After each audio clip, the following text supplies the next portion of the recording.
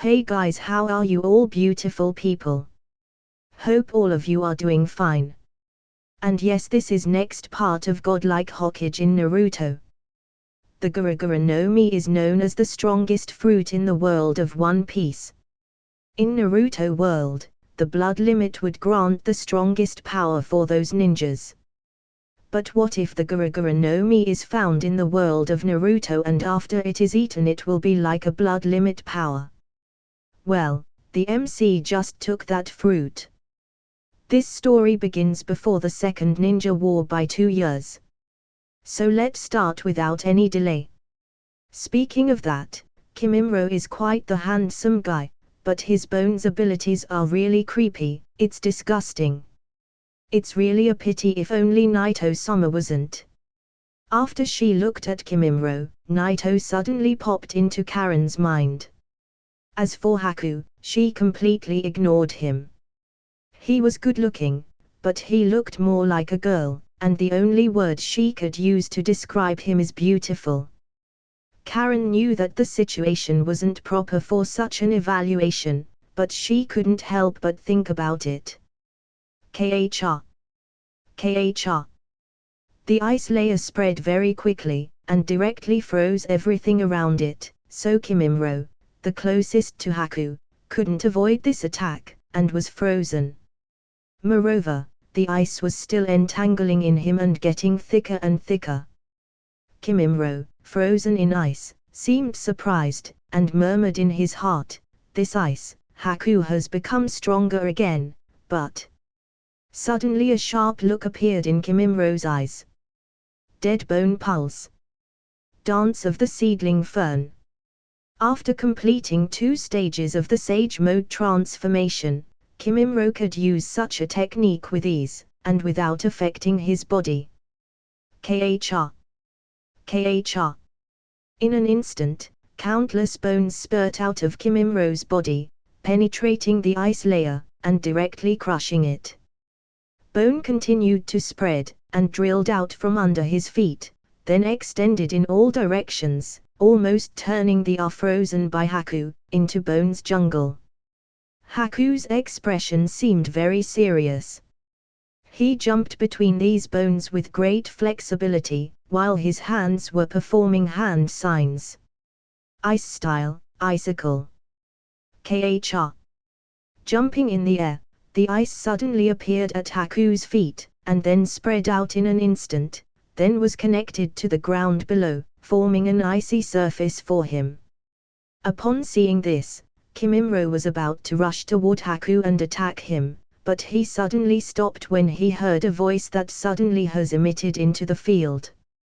"Okay, you can stop." They didn't know when did he appear, but the moment Naito was there, the ice around the place suddenly was shattered. "HolyOniiSama." Hearing this voice, Haku and Kimimaro stopped moving at the same time and greeted Naito, who came to the place. Karen, who was thinking about him a moment ago, had a blush on her cheeks. She was taking some sneaky glances at Naito, feeling a little bit embarrassed to step forward, because she just thought of a lot of nasty things in her mind just now. Naito looked at the destruction caused by the 2 of them in the field, then suddenly smiled, saying, "You will need to go outside of the village for training in the future. Otherwise, someday the 2 of you will destroy this village." Hearing Naito's words, Haku and Kimimaro both seemed shameful and bowed their heads toward Naito again. "Sorry, HolyOniiSama." Naito shook his head casually, then said, "It's okay, with Haku's ability, you 2 can even create a battlefield on the sea." Speaking of which, Naito paused for a moment, then glanced at Karen in the distance. Her expressions and weird movements, coupled with his extreme understanding of her character, made Naito able to roughly guess what kind of nasty thoughts she was having in her mind. Speaking of Karen, she was also strong now. After all, she was initially a fighting-type ninja, who was good at perception and analysis. Her hidden power makes her no worse than Haku and Kimimaro. In terms of medical treatment, with the help of Orochimaru's research, Tsunade methods and medical ninjutsu, and with the help of Naito and Kushina, her healing ability has finally been developed, and she could use it now without the need to use the bite methods. She can now heal others with just touching them. All in all, her healing ability is really ridiculous.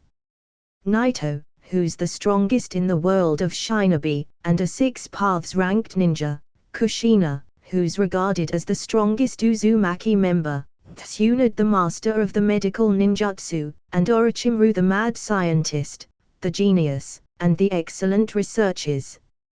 If these 4 people all together can't help her break her limits and develop her ability, then nothing will.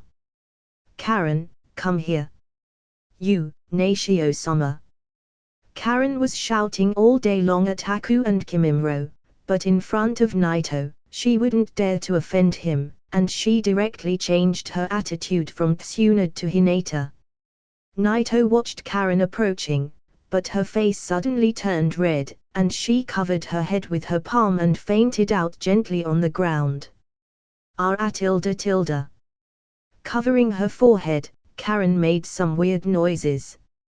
Haku. Kimimaro. Naito. If he didn't know her usual personality, he would have really got fooled by her acting. After shaking his head, Naito started pointing out some instructions and notes for Haku and Kimimaro, and how they could improve both the dead bone pulse and the ice release. If it was any other person, who didn't use any of these techniques, it would have been really impossible to help them or teach them.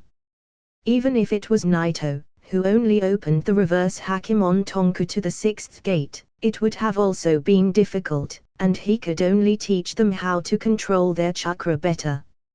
However, Naito, who has entered the 6 paths, became familiar with all bloodline limits, thanks to the absorbed force of the Rinnegan and Tensogun. Naito could feel that he wasn't far from opening the last gate of the reverse Hakimon Tonku. For several years, the Rinnegan and Tensogun were nourishing both his body and soul. After helping Haku and Kimimaro with their practice, Naito and Karen practiced some techniques together and pointed out some of the things she needed to work on before turning away. Since Haku and Kimimaro completed the 2nd stage of the Sage Mode transformation, Naito's instruction has become limited. They no longer needed to be taught anything, and if there's no more accident, then this should be the last time. The 2 didn't need any more teaching, the road in front of them is completely clear. Haku and Kimimaro are both 15 years old, but their strength has reached the level of Hokage, chasing Uchiha Itachi. As for Karen, because of her extraordinary body, coupled with the 4 greatest Shinobis, even if she didn't practice much, her strength wasn't weaker than Haku and Kimimaro, and she also ranked in the Hokage class. To be more precise, the strength of these 3 may be even close to the peak of the Hokage class. However, it's not as good as 13 years old Itachi, who opened the Mangekyou Sharingan and stepped to the peak of the Hokage class. After all, he was a true genius. The Rain Village, main building. Tsunade didn't look older. She was sitting behind the Hokage's desk, while Konoha was working on some documents beside her, and she also didn't change much. Naito was sitting there relaxed on a chair in front of the desk, holding a cup of tea. So, Konoha invite us to participate in the Chunin joint exam they are holding. It's kind of interesting. An arrogant grin smug appeared on Naito's face. This sentence made Tsunade and Kanan fall into a bit of strange silence. Why would a Chunin joint exam held by Konoha be interesting to Naito? Not a lot of things interests Naito, even the selection of a new Hokage won't make him particularly concerned. It's set to be held after 2 months, then are we participating? Tsunade rested her arms on the table, held her hands together, and then gently looked at Naito, and asked.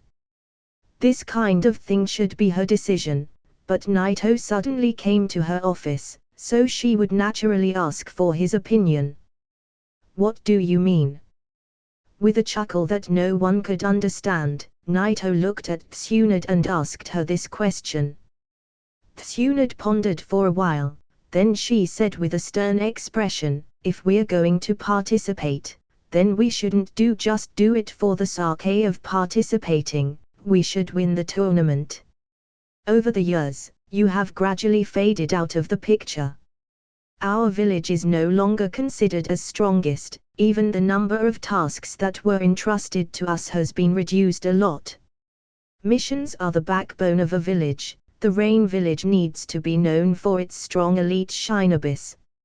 It's bad for us to make you do all the work." Tsunade carefully analyzed the situation, and although she mentioned Naito several times, she actually threw him out of the equation. Because adding him to anything will actually solve the equation. With a word from Naito, everything can be solved. "I agree with what HolyOniiSama has just said." Silently standing aside, Naito nodded gently, even though he was the god of Shinobi, who would dare to ask him to do tasks. Strong Jonin ninjas are the backbone of a village. "Then, let's participate." Naito took a sip out of his tea and said with a smile on his face, "We will let Kimimaro, Haku, and Karen join." Puff. Tsunade, who was just taking a sip out of her water, spit it all on the documents in front of her the moment she heard Naito's words. "He's gonna make Kimimaro, Haku, and Karen join the Chunin exam." Tsunade widened her eyes and sat there, while Kanon next to her was stunned. It was clear that the strength of this trio is beyond the level of any Chunin, and Naito actually wants them to form a team. If this trio joins the exam, no one else will walk alive out of it. What's the problem? As long as I remember, Haku and Kimimaro were never promoted to the Chunin rank, and Karen didn't even become a genin. Naito took another sip and said faintly. "This guy." Tsunade was speechless. If he didn't seem serious to her, she would have thought that he was joking. So she couldn't help but consider it. Tsunade took a deep breath, then nodded, "All right, they will be a big surprise to the world, but who's gonna lead the team?" Speaking of which, Tsunade seemed a little bit hesitant. To participate in the exam, a team leader is required. In this case, who will lead the trio's team? At present, the only person who can lead this team is Tsunade, Kanon, Kushina, and Naito. Others are simply not qualified to lead while Kimimaro is in a team. "It's okay, just let me do it." Naito took another sip, then said casually. Upon hearing this, Kanon, who was going to pour one more tea for Naito, suddenly froze. Naito will personally lead the team. A team that Kimimaro, Haku, and Karen are in. Are they gonna take the Chunin exam, or are they planning to wipe out Konoha? Although Kimimaro and Haku are only genin, Karen isn't even a genin, but these are only their ranks on the papers. In reality, they were the Anbu forces of the Rain Village, who directly serves under Tsunade. After their strength stepped into the Kage level, Naito specially added this rank in the Rain Village. But so far, only Haku, Kimimaro, and Karen have been selected for this position. And when more Rain Shinobi join in, they will be Anbu commanders. The Rain Village has cancelled the Anbu department, but they were qualified to be in that position with their strength. Only those tasks that are particularly difficult to handle will be taken by the trios to deal with.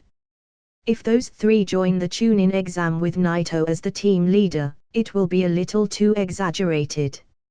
Even Tsunade felt stunned hearing this. "Naito, are you sure about this? It just doesn't matter. But I will also get the chance to see Hinata's recent progress. It seems that she will also take this exam, so isn't this convenient enough? Naito stood up, shrugged, then turned away. Feeling stunned for a while, Tsunade shook her head helplessly and said, "Forget it, it will be fine." Shinobi World, in an unknown location. It was a hilly desolate area, and among these hills, there was a huge cave. Inside the cave, Black Zetsu, who was attached to unknown Shinobi, stood there, with a cold flashing light in his eyes. At this time, White Zetsu rose out of the ground and said, "Indra's successors are always easy to manipulate, but Ashura's always seem to be the issue." White Zetsu's face showed a helpless expression. He spread his hands and said, "Ashura's reincarnate, Uzumaki Naruto, is kind of an idiot. It will be difficult to manipulate him for now." "What happened to Uchiha Itachi?" Black Zetsu said with a somber expression.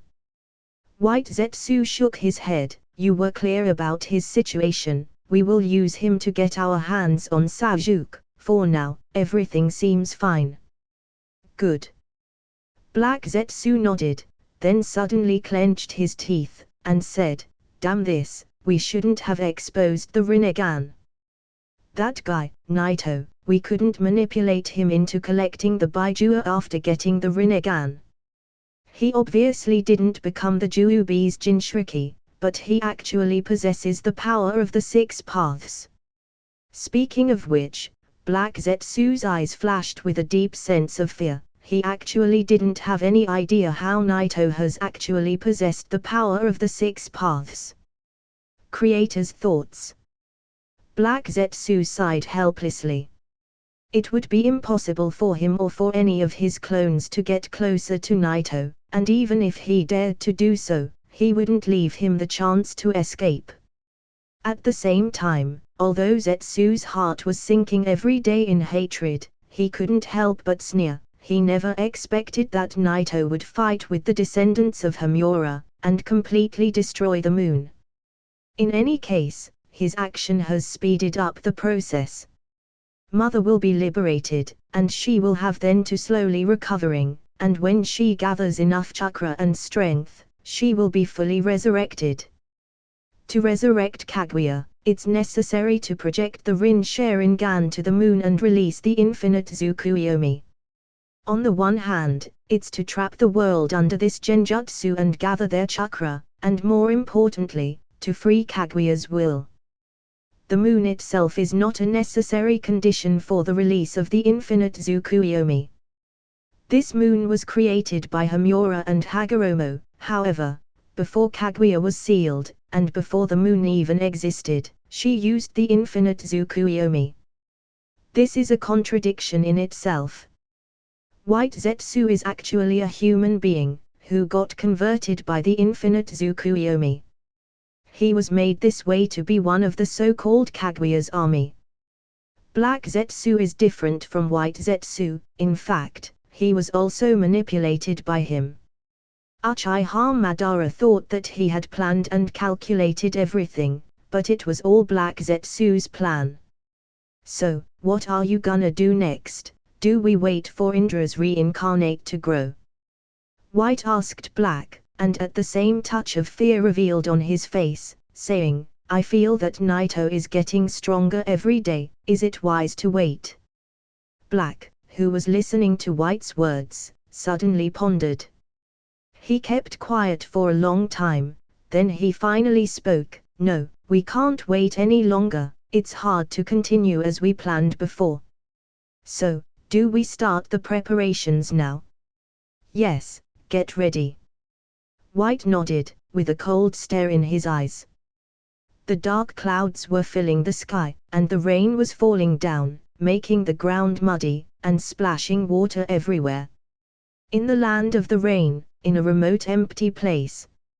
Suddenly, a figure stepped on this muddy ground, and walked over, step by step, looking at the rain village in the distance, with his eyes flashing slightly.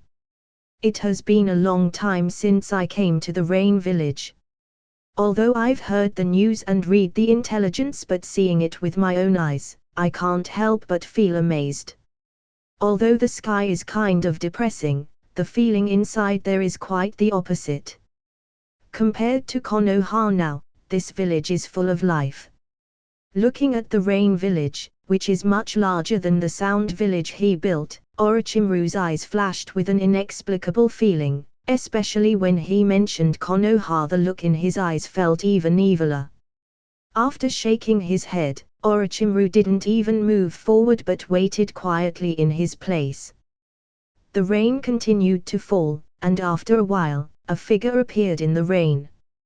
Naito walked slowly in the rain. He didn't expect Orochimaru to come here, but he could roughly guess the purpose of his visit. In recent years, apart from occasionally helping Hinata with her practice, Naito rarely went to Konoha. He didn't even meet with Kakashi or Guy. Naito's name seemed to have gradually faded from everyone's mind and has become more like a legend beyond everyone's reach. Only the people close to him, or people such as Orochimaru, knew that he has always been here. Looking at Orochimaru, Naito gazed at him profoundly, saying, "You've done a great job with Karen." Naito has never been in the Sound Village after that time when he gave Orochimaru some of Karen's blood samples. The research results were always delivered by his underlings. "You're welcome." Orochimaru nodded, but his tone sounded unnatural. Naito's gazes made Orochimaru feel that Naito has seen through him, which made him hesitate. Naito looked at Orochimaru deeply, then said, "I'm guessing that you've come all this way to the Rain Village because you have something to tell me." "Yes, I wanted to know what you think about Konoha's current situation."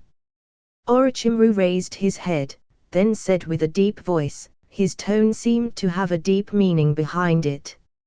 "Orochimaru, you better speak your mind." Although Naito knew Orochimaru's original intention, he wanted him to speak directly and stop turning around in circles. Orochimaru smiled. Although Naito's tone has suddenly become cold, he already prepared for that, so he said with a devilish tone, "Hear me out, I have a plan." "So what do you think, you Naito?" Nothing unexpected to Naito. After listening to Orochimaru's plan, his expression remained as calm as ever. Orochimaru's plan was to destroy Konoha.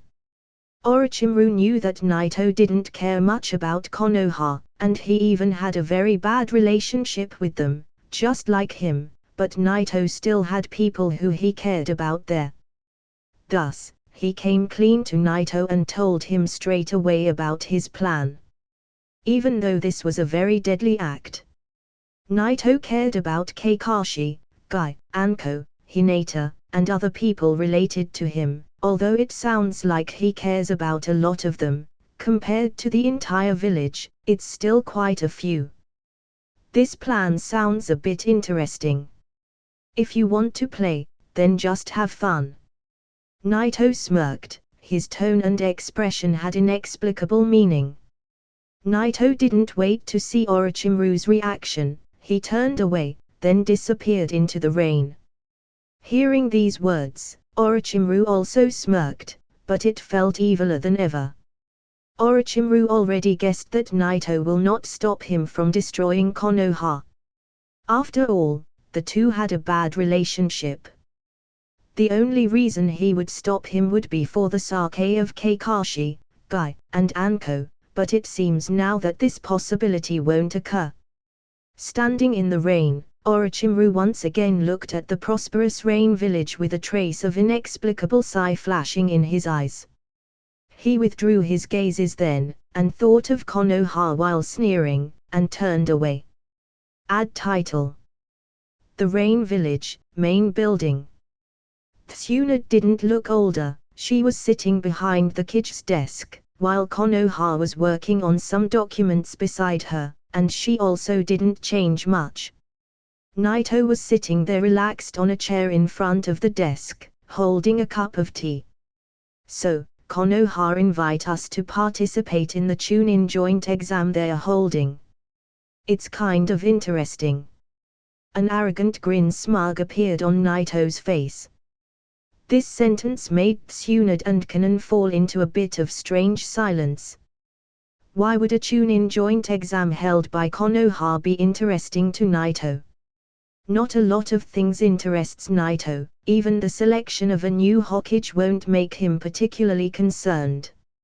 It's set to be held after 2 months, then are we participating? Tsunade rested her arms on the table, held her hands together, and then gently looked at Naito, and asked. This kind of thing should be her decision, but Naito suddenly came to her office, so she would naturally ask for his opinion. What do you mean? With a chuckle that no one could understand, Naito looked at Tsunade and asked her this question. Tsunade pondered for a while, then she said with a stern expression, if we're going to participate, then we shouldn't just do it for the sake of participating, we should win the tournament. Over the years, you have gradually faded out of the picture. Our village is no longer considered as strongest, even the number of tasks that were entrusted to us has been reduced a lot. Missions are the backbone of a village. The Rain Village needs to be known for its strong elite shinobis. It's bad for us to make you do all the work. Tsunade carefully analyzed the situation, and although she mentioned Naito several times, she actually threw him out of the equation. Because adding him to anything will actually solve the equation. With a word from Naito, everything can be solved. I agree with what HolyOniiSama has just said. Silently standing aside, Naito nodded gently, even though he was the god of Shinobi, who would dare to ask him to do tasks. Strong Jonin ninjas are the backbone of a village. Then, let's participate. Naito took a sip out of his tea and said with a smile on his face, we will let Kimimaro, Haku, and Karen join. Puff. Tsunade, who was just taking a sip out of her water, spit it all on the documents in front of her the moment she heard Naito's words. He's gonna make Kimimaro, Haku, and Karen join the Chunin exam. Tsunade widened her eyes and sat there, while Kanon next to her was stunned. It was clear that the strength of this trio is beyond the level of any Chunin, and Naito actually wants them to form a team. If this trio joins the exam, no one else will walk alive out of it. What's the problem? As long as I remember, Haku and Kimimaro were never promoted to the Chunin rank, and Karen didn't even become a genin. Naito took another sip and said faintly. This guy. Tsunade was speechless. If he didn't seem serious to her, she would have thought that he was joking. So she couldn't help but consider it.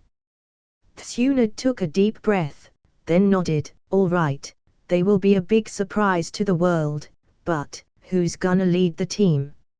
Speaking of which, Tsunade seemed a little bit hesitant. To participate in the exam, a team leader is required. In this case, who will lead the trio's team? At present, the only person who can lead this team is Tsunade, Kanon, Kushina, and Naito. Others are simply not qualified to lead while Kimimaro is in a team. It's okay, just let me do it. Naito took another sip, then said casually. Upon hearing this, Kanon, who was going to pour one more tea for Naito, suddenly froze. Naito will personally lead the team. A team that Kimimaro, Haku, and Karen are in. Are they gonna take the Chunin exam, or are they planning to wipe out Konoha? Although Kimimaro and Haku are only genin, Karen isn't even a genin, but these are only their ranks on the papers. In reality, they were the Anbu forces of the Rain Village, who directly serves under Tsunade. After their strength stepped into the Kage level, Naito specially added this rank in the Rain Village. But so far, only Haku, Kimimaro, and Karen have been selected for this position. And when more Rain Shinobi join in, they will be Anbu commanders. The Rain Village has cancelled the Anbu department, but they were qualified to be in that position with their strength. Only those tasks that are particularly difficult to handle will be taken by the trios to deal with. If those three join the Chunin exam with Naito as the team leader, it will be a little too exaggerated. Even Tsunade felt stunned hearing this. Naito. Are you sure about this? It just doesn't matter. But I will also get the chance to see Hinata's recent progress. It seems that she will also take this exam, so isn't this convenient enough? Naito stood up, shrugged, then turned away. Feeling stunned for a while, Tsunade shook her head helplessly and said, "Forget it, it will be fine." Shinobi World, in an unknown location. It was a hilly desolate area, and among these hills, there was a huge cave. Inside the cave, Black Zetsu, who was attached to unknown Shinobi, stood there, with a cold flashing light in his eyes. At this time, White Zetsu rose out of the ground and said, "Indra's successors are always easy to manipulate, but Ashura's always seem to be the issue." White Zetsu's face showed a helpless expression. He spread his hands and said, "Ashura's reincarnate, Uzumaki Naruto, is kind of an idiot. It will be difficult to manipulate him for now." "What happened to Uchiha Itachi?" Black Zetsu said with a somber expression. White Zetsu shook his head. "You were clear about his situation. We will use him to get our hands on Sasuke. For now, everything seems fine." "Good." Black Zetsu nodded, then suddenly clenched his teeth, and said, "Damn this, we shouldn't have exposed the Rinnegan. That guy, Naito, we couldn't manipulate him into collecting the Baijua after getting the Rinnegan. He obviously didn't become the Juubi's Jinchuriki, but he actually possesses the power of the 6 paths." Speaking of which, Black Zetsu's eyes flashed with a deep sense of fear. He actually didn't have any idea how Naito has actually possessed the power of the 6 paths. Fireland. This is an open area outside of the woods. In this open area, 2 figures were flashing quickly and constantly confronting each other. Ding ding dong dong. One person was holding a short chakra blade, and it was Hatake Kakashi, while the other person was holding an extremely huge blade in both hands. It was one of the 7 swords that Naito has won crushed. A lot of people have been killed here, and a lot of blood has stained the ground, which happened to be the right material for this sword reparation. The person holding this sword was naturally one of the missed Shinobi, but it's not Juzo Biwa. Kakashi and Zabuza continuously flickered in the field, while their 2 blades collided constantly. Although Kubakiri Bocho was huge and powerful, it couldn't suppress the Kakashi's white light chakra saber. This white light chakra saber was inherited by Kakashi from Sakumo because unlike the original, he didn't have the Sharingan, so Kakashi's nickname is not Kakashi, the copycat ninja, but Konoha's Silver Fang. His father was Konoha's White Fang. Although Kakashi still has a big gap between him and Sakumo, his nickname was as famous as his father in the Shinobi world. So this is the famous Hatake clan sword technique. It's quite strong. Zabuza holding his Kubakiri Bocho was completely suppressed by Kakashi's flexibility. If he wasn't one of the strongest Shinobi that has ever held this sword, Kakashi would have already cut his head off. Kakashi stared coldly at Zabuza, then the white light silver saber in his hand shone with a blue aura. The chakra flew into the blade, making it sharper, which made cracks start to appear on the blade of the Kubakiri Bocho. "Don't try to resist anymore, you have no chance."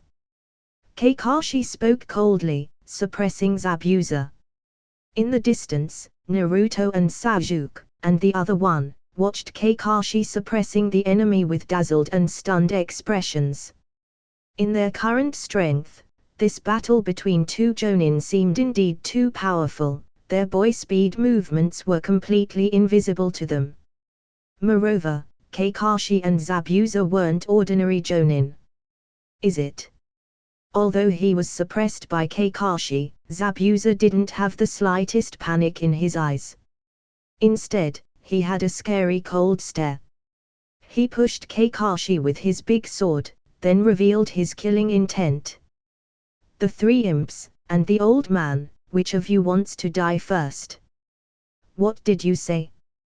When Kakashi heard this, he immediately frowned, and his eyes became really sharp. Kakashi turned quickly to the side, to find that Zabuza has flashed and suddenly appeared to that way, rushing to Sasuke and Naruto, and the other two. What? Kakashi's pupils shrank slightly. There's no doubt that one of them is a clone, but he got no idea which one is the real one, nor when did he use that technique. Kakashi, who didn't have the Sharingan, couldn't clearly capture Zabuza's movements, thus, he naturally couldn't analyze the situation the same way he did in the original. Kakashi had no idea that the clone was the one attacking Naruto and Sasuke. So, which one is going to die first, me, or those imps right there? This is very interesting. A stern and evil smile appeared on Zabuza's face. Although he was about to die, he got no fear in his heart. Damn this! The thoughts flashed quickly in Kakashi's mind, then he let of sword him in his arm, and at the same time, he leaped back using that momentum and rushed to clone. He chose to deal with the clone first since Zabuza was already injured and can't run away. However, Kakashi's decision gave Zabuza the one chance he sought. With a fierce look on his face, Zabuza didn't choose to take this opportunity to escape. Instead, he threw the Kubakiri Bocho toward Kakashi's back.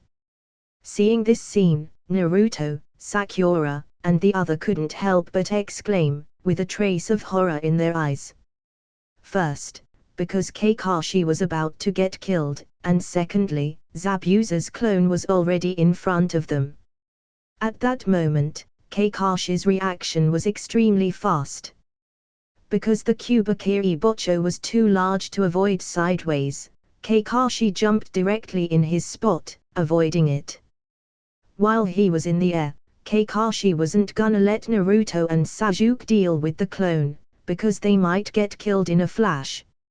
It wasn't any clone, it was Zabuza's shadow clone, one of the most terrifying rogue Shinobi out there, which has made Sasuke's body really cold, sweating all over his forehead, and almost unable to move. Therefore, mid-air, Kakashi threw his white light chakra saber directly toward the clone. Whoosh! Under the lightning release that was flowing in the blade, the white light chakra saber speeded up and turned into a streamer of thunder, directly penetrating the chest of that clone. Seeing this scene, Naruto and Sasuke, who were in shock, finally felt relieved. However, the situation immediately turned upside down before they could even feel completely relieved. Taking advantage of Kakashi's need to protect Naruto and Sasuke, Zabuza finally found an opportunity, and directly started performing hand signs. Water release, water dragon bullet technique. This is bad. Kakashi screamed inside. He was sure that Zabuza won't come at him again after he threw his sword, but he didn't expect that the latter would use a water release. The situation suddenly changed, and he didn't have time to escape. In an instant, the water surged, which gave Zabuza another opportunity to imprison Kakashi inside a water polo and sealed his chakra flow. However, because of this, Zabuza needed to stand there still to maintain this water cell. He was also unable to attack Kakashi, so he could only keep the technique. I didn't think that the son of the White Fang would be so useless. You've failed to finish the job because you wanted to protect these brats. However, Do you think you can protect them from me now? No longer looking at Kakashi in the water cell, Zabuza said with a grin, next, it will be your precious little imps. He knew that Kakashi is stronger than him. Even if he got him sealed, for now, he wouldn't be able to maintain the ninjutsu forever. Once he's released, Zabuza will be killed. So he needed to find a way to disturb Kakashi's will, so he could have a chance to win. And to do that, he needed to catch one of these imps as he called them. Don't you dare! Kakashi's eyes became so cold, and for a moment, the water cell seemed like it was gonna turn into ice. Kakashi is much stronger now than the original, he still got his father's chakra blade. Moreover, his killing intent aura was no less than Zabuza's. However, Zabuza is fearless. He sneered, saying, "But don't you think I should take care of that old man first?" With that being said, Zabuza performed a one-handed seal, and another water clone emerged from the water. Seeing this scene, Kakashi exclaimed, and couldn't help but shout directly at Naruto and the others, "What are you doing? Hurry up, take Mr. Tazuna away. He's not someone you can deal with. Run now." Once he used this technique, he won't be able to move. However, Kakashi's words didn't reach Naruto and the other two. At that moment, Naruto, Sasuke, and the others were already paralyzed by sensing Zabuza's killing intent.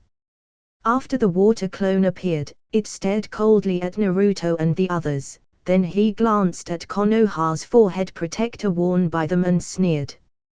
"Oh, don't you think that by wearing these forehead protectors you're ninjas, only when you've hovered between life and death so many times that it doesn't faze you, you may be called a ninja. In other words, when you've become so deadly that your profile has been entered into my bingo book, then you may have earned the title ninja." With that being said, he rushed at them at top speed. But what he and actually everyone in the field didn't expect was to hear an unfamiliar voice that emitted into the area. This voice didn't belong to Kakashi, nor does it naturally belong to Zabuza, nor it has come from the three scared kids. It seemed to be emitted from a distance, still, it was very clear. "I didn't expect that you, Kakashi, would have such a hard time against this guy, which is kind of interesting." "Who?" Zabuza's expression suddenly changed, and glanced fiercely around, but he couldn't find out where it came from. Kakashi, trapped in the water cell, froze a little. He couldn't help but reveal an astonished expression. "This voice is... Who are you? Come out now."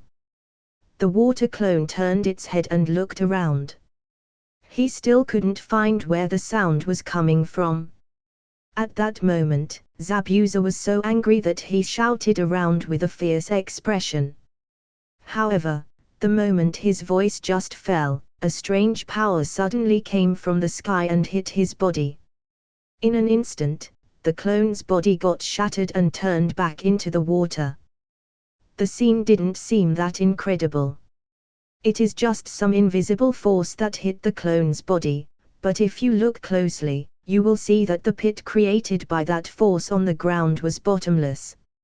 Seeing this scene, Kakashi had no longer any doubt in his heart and gradually started to feel relieved. Sure enough, it's really him. Naruto and Sasuke, who were horrified, suddenly felt confused by this sudden change in the event. So the moment they saw that clone getting bombarded by that invisible force, they subconsciously looked up. At the same time, Zabuza also looked up. Just about a few tens of meters above, a figure was sitting in the air. Obviously, there was nothing under him, but it seemed as if he was sitting on an invisible chair. Who is he? That incredible, he can fly in the sky. What kind of ninjutsu is that? Naruto and Sasuke and the other were extremely shocked. However, compared to their surprise, the shock that Zabuza felt was even worse. It turned out to be him. Why is he here? Although Naito was sitting in the air tens of meters above, he still couldn't recognize him at a glance, because Naito was on his bingo book, and he was listed on the first page, and he actually never changed. The data of Naito on that page shocked him every time he saw it. But what made him even more terrified is that he didn't know why Naito has appeared here. There was no reason for him to appear here. I'm very sorry, Naito-sensei, I didn't expect the situation would end up like this. Kakashi, who was still in the water cell, looked at Naito in the sky, with a look of shame. He obviously had the upper hand, but he made that one mistake and messed up everything. Facing Naito, who had the honor to teach him once, Kakashi felt like he wanted to dig a hole and hid in it from shame. Kakashi's words made Naruto and the other feel even more confused.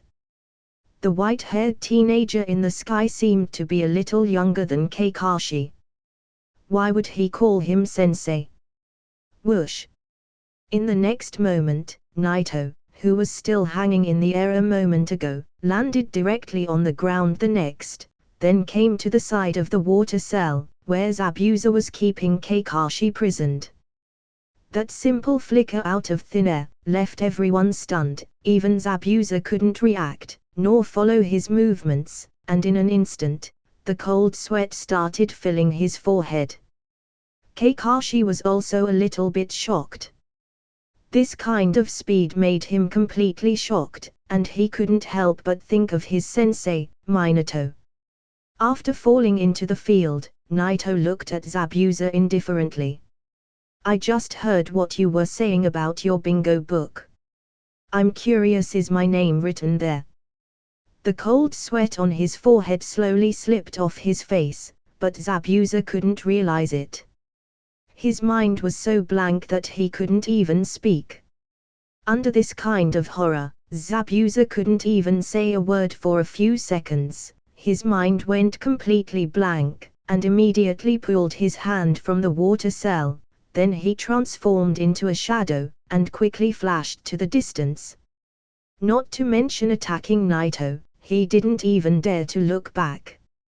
In front of Naito, Zabuza, the demon of the mist, became more like Zabuza, the scared cat. Naruto and Sasuke were stunned, and they haven't reacted yet. What did just happen? Well, Kakashi, who had escaped from the water cell, wasn't surprised that he would run without turning his head. That guy ran away. Naruto, who finally reacted, couldn't help but murmur with a look of surprise. Sakura on the side was also surprised, but she reacted quickly, saying, that guy could defeat Kakashi-sensei. Then when his sensei came along, he couldn't have any choice but run away. If the two joined forces, they would have killed him. Not quite right. Sasuke stood there with a confused expression, then looked at Naito, and said, obviously that guy couldn't stop him, but why didn't Kakashi-sensei chase after him? The three kids were whispering, but Kakashi could hear them all clearly. Escape. He couldn't stop him. If Minato was the one who came for the rescue, Kakashi wouldn't have made a move too, because he could easily capture him with his speed, but facing someone like Naito, escaping was a mistake. He should have just stayed there and waited for his death. The moment he thought about that, Naito glanced at the direction Zabuza took to escape. He has already faded away, and couldn't be seen anymore. But Naito was too lazy to chase, so he just waved his hand casually. Silently, Zabuza, who had run a long distance, suddenly froze in his place. Of course, this scene was no longer visible for Naruto and Sasuke. The three kids looked strangely at Naito, who suddenly waved his hand out of the blue, not knowing what he was doing. But the next moment, they will know. Rumble. Suddenly, the ground in front of Naito where his hand fell violently split in two. A terrible abyss suddenly appeared and spread to the distance in an instant. The most shocking thing was that even a mountain in the distance couldn't stop its extension, and it got split fiercely from the middle the moment it reached it. What a shocking scene! Upon seeing this, Naruto and Sasuke looked extremely shocked, as if they were hit by a lightning bolt. Their minds turned blank for a moment, and they were unable to even think. At this moment, Naruto, Sasuke, and Sakura like they were dreaming. Their faces were full of surprise, their eyes widened, and their jaws almost fell on the ground. Kakashi's battle with Zabuza that looked incredible to them, after seeing this, seemed more like two kids playing. However, Naito, who created this terrifying scene, actually frowned, slightly dissatisfied. He killed him, but he caused an unexpectedly large amount of damage to the place. Sure enough, it is a little difficult to kill an ant without crushing the ant next. However, in the ninja world, the weakest ninjutsu can tear the ground and split mountains. Forget it. Feeling the last breaths of that ant, Naito shook his head calmly, then hit the ground with his foot. Bang! Along with a loud sound, the abyss that was created before closed again, and the two sides of the mountain in the distance also squeezed together, in an extremely awkward moment. This scene finally made Naruto and Sasuke come back to their senses and look at Naito. Naruto looked at Naito with some shock, and at the same time, he couldn't help but compare him to the third Hokage, but he still thought that the latter was stronger. Sasuke looked excited and felt longing, thinking, it is this power, if he can get this power, he can definitely kill that man. As for Sakura, she felt shocked but also had a lot of admiration in her heart for Naito, and at the same time, she couldn't help but carefully observe Naito, who looked younger than Kakashi. Naito glanced at the three of them this time. Sakura didn't dare to look at him and lowered her head, while her cheeks became slightly red.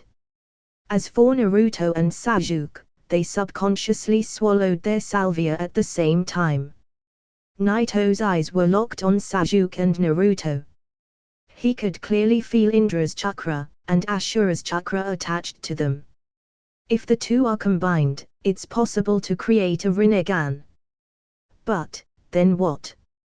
After thinking of this, Naito turned his head. Kakashi was also looking at Naruto and Sasuke at this time.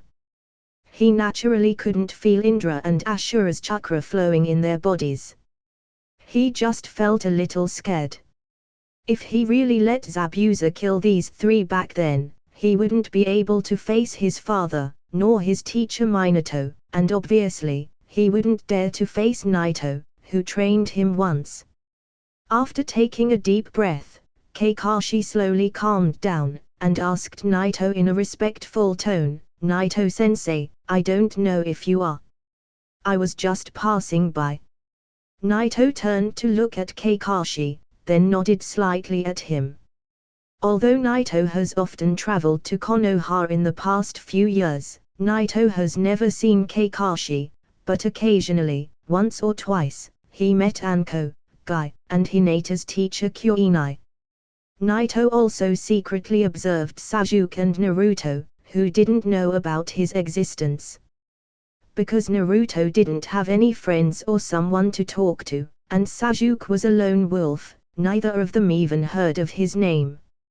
It's Sakura, who was a little familiar with his name, and felt like she has heard of it somewhere. Without waiting for Kakashi to thank him, Naito took a few steps, then his figure gradually faded, as if had turned into a shadow, then he finally disappeared completely. Looking at how Naito has disappeared, Kakashi, who was originally about to thank him, shook his head. In fact, he was still a little embarrassed and kept hesitating to thank him. After all, he really messed things up. If Zabuza was stronger than him, it would have been okay, but he was weaker. Even though he needed to protect his disciples, it should have ended this way. After seeing him leave, Naruto finally calmed down from her shock, and couldn't help but ask her teacher, Kakashi-sensei, who is that guy? It's kind of ridiculous how strong he is. That's a rude thing to say about a senior. Sakura replied, then directly hit Naruto's head fiercely. She was actually scared. Although Naito had already left, she was afraid he will show up again if he hears how rude Naruto has just been. Moreover, Sakura has become now very respectful and admired for Naito. After all, in her view, Naito wasn't just strong, but also younger than Kakashi, and even more handsome than Sasuke. Oh! Naruto didn't dare to say anything at that time and felt that he should, probably, maybe, indeed be more respectful. Thinking of Naito and how he has just split a mountain with a wave of his hand, he kind of became nervous too. The idea of the strongest person in Naruto's mind suddenly got shaken. When he thought of that scene, he couldn't help but doubt that the Hokage would be able to do the same. However, Naruto, Sasuke, and Naito all had the same idea at that time. They really wanted to know who was Naito, especially Sasuke. He's a senior, and he actually helped me a lot with my training, which makes me feel a little bit ashamed. Kakashi thought for a while, then when he started talking, he became a little bit depressed. He was Kakashi-sensei's teacher. Sakura looked at Kakashi with surprise, even the other two were stunned. Looking at the three kids' appearance, Kakashi himself also showed a pondering expression. He looks very young, that's true, but, as far as I know, he looked the same 10 years ago. But his hair now is a little bit longer. Speaking of it, I was also a bit surprised. Time seems to never leave a trace on him. As he said, Kakashi showed a strange look. Naruto, Sasuke, and Sakura looked shocked by Kakashi's words. He was like this 10 years ago. If that's true, then he should be older than Kakashi, but also looks younger than him. The three little kids were stunned. After taking a deep breath, Naruto couldn't help but continue to ask, Kakashi-sensei, you haven't told us yet, who is this senior? His name is Naito. People called him very names, and spoke a lot of legends about him. How do I describe it to you? Kakashi said after a deep pondering, then with a very solemn expression, he continued, to make it simple, he is the strongest Shinobi. The strongest. Naruto, Sasuke, Sakura all got shocked at that moment. Kakashi's expression was extremely solemn, there's no way he was joking. He looked at the three kids again, and said with a deep tone, yes, the strongest Shinobi in the world. And, this isn't my own evaluation, nor is it self-proclaimed. He's recognized to be the strongest by the entire Shinobi world. After this sentence was said, the silence suddenly controlled the field. Naruto, Sasuke, and Sakura, foreheads were full of cold sweat, while the shock was evident in their eyes. Really, sensei? Really? It wasn't Kakashi, who answered Naruto, it was actually Tazuna, which they were assigned to protect him. Tazuna's eyes were very dignified, and there was even a touch of awe inside it when he said, I'm not a ninja, I don't know a lot of things, but I surely know that person, he's the respected god of Shinobi, he's equally famous with Konoha's first Hokage, Senju Hashirama. Even Tazuna, who wasn't a ninja, said this. Although the three kids couldn't believe, they couldn't help but feel speechless. If you judge him by his appearance, you will never tell that he was such a person, but when they remembered what he has just done to that mountain, they had no choice but to believe it. Is that man the most powerful ninja in the Shinobi world? Naruto took a deep breath, then murmured with an incredible look in his eyes. Sasuke, on the side, clenched his fist, with a trace of excitement, and even a flash of a horrifying glance, thinking about what it would take to get his hand on such strength, if just Naito could teach him. As for Sakura, she exhaled, with clear watery eyes, and touch of endless admiration. Also, she felt so lucky to be the ones who were chosen to do this task and see him in person. It wasn't actually fate. Naito actually went to the Land of Waves to witness this event, but he found out that the plot got a little bit shifted, and the battle took place in the Land of Fire. Although there was still time before the Chunin exam, Naito went there. He doesn't visit Konoha as much as before, but he still occasionally does. Since Naito's ultra-perceptive is very large now, he could sense the Team 7 exact location. However, since Naito killed Zabuza, he wasn't interested any longer to follow them to the Land of Waves and left. He felt it would be better if he went to check on Hinata. Hinata's character didn't change. She was still gentle and weak, but no one can ever call her weak when it comes to her strength. Even though she couldn't be compared to geniuses like Kimimaro and Haku, she couldn't be compared to people with special abilities like Karen. Still, she completed the second stage of the Sage Mode transformation, learned a lot of things from Naito, and also became a stronger user of the Gentle Fist. Her strength now has reached the level of an elite Jonin. In this regard, Naito was quite satisfied. She was as strong as Kakashi when he was about the same age. Soon after returning to the Rain Village, Naito took Kimimaro, Haku, and Karen to officially go to Konoha. Land of Fire, Konoha. The location of Konoha can be said to be the most resource-rich area in the Land of Fire. Almost all of it's surrounded by dense forests. It is said that these are all made by the first Hokage's wood release. Looking at Konoha in the distance, Naito remembered the first time he came here. Konoha has always been like this, extremely noisy and lively. So noisy. Although the Rain Village has been built to be extremely prosperous too, it is still impossible to be compared with the largest village, Konoha. At the same time, Rain Village is in the Land of Rain. It cannot be noisy. In general, you will only hear the sound of the rain. Here I came to Konoha, but unfortunately, that guy is no longer here.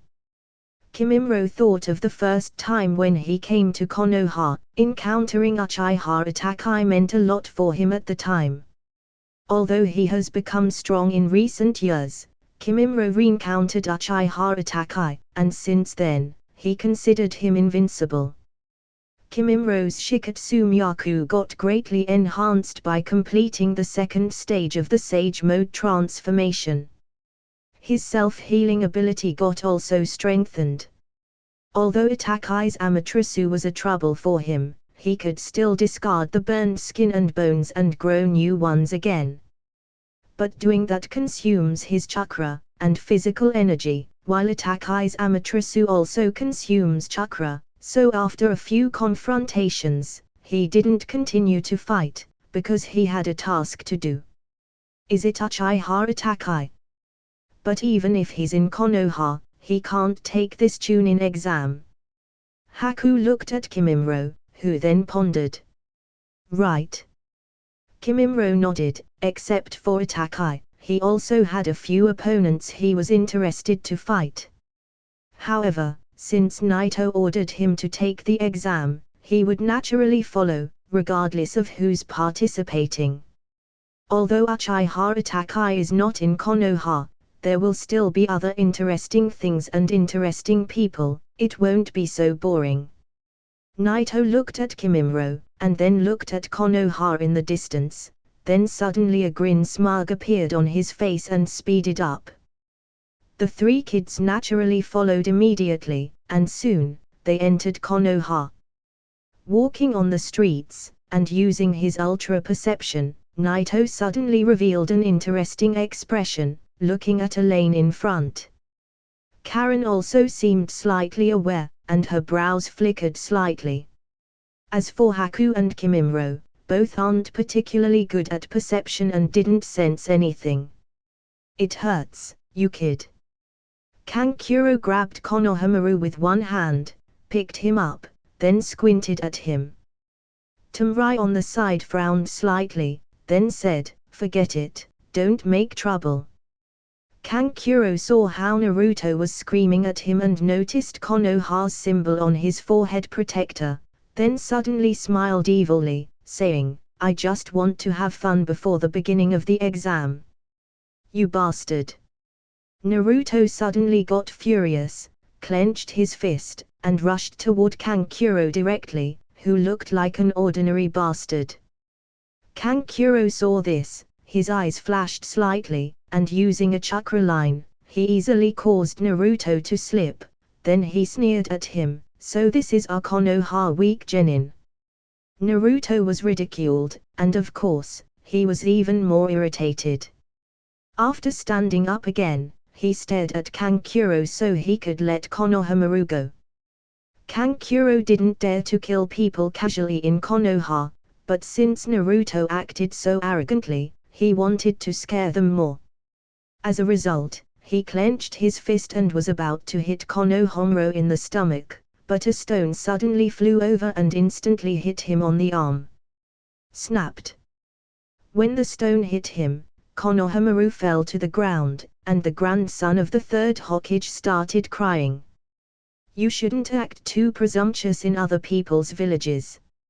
Sasuke sat on the top of the tree, playing with a stone in his hand, and looking indifferently at Kankuro. After seeing Naito's power, his desire for power grew stronger. Even Kankuro couldn't give much attention anymore. So, Sasuke, with his new desires, looked faintly at Kankuro, and said directly, "Get lost." Although Kankuro got beaten, Tumrai, on the side, didn't care much. Instead, she was shocked by Sasuke's appearance and attitude. As for Sakura, although she thought that Sasuke looked very cool, after seeing how Naito split that mountain, she didn't consider him as the coolest guy anymore. There's no doubt that there's a big gap between Sasuke and Naito. And with that in her heart, she no longer loves Sasuke as before. "You bastard!" Kankuro shouted coldly at Sasuke, then he grabbed the puppet on his back and prepared to fight him. Suddenly a cold voice emitted. "Kankuro, stop!" Carrying a ground on his back, Gura of the Sand stood upside down under the tree trunk, looking coldly at Kankuro, then said, "Don't disgrace me here." Gura's sudden appearance surprised everyone, including Sasuke, who didn't know when did he come so close. Far away at this time. Other people were watching, but Gura and the others weren't aware of them. "The Ichibi's Jinchuriki, it's really him." Naito looked at him but didn't show any surprised expression. Since Naruto has become the Kyuubi Jinchuriki because of Black Zetsu, Gura being the Jinchuriki of the Ichibi wasn't that strange. The one carrying that ground, Gura of the Sand. Is he really strong? Hearing Naito's word, Kimimro looked at Gura in the distance with some surprise. He originally thought that this joint Chunin exam gonna be easy, but he didn't expect to encounter a Jinchuriki, but Kimimro's determination didn't get shaken. Taking this exam was an order from Naito. He will defeat everyone, and he will never disappoint Naito. Looking at Gura, Naruto, Sasuke, and the others in the distance, Naito, who stood aside, smiled a little and said, "Don't just focus on Gura.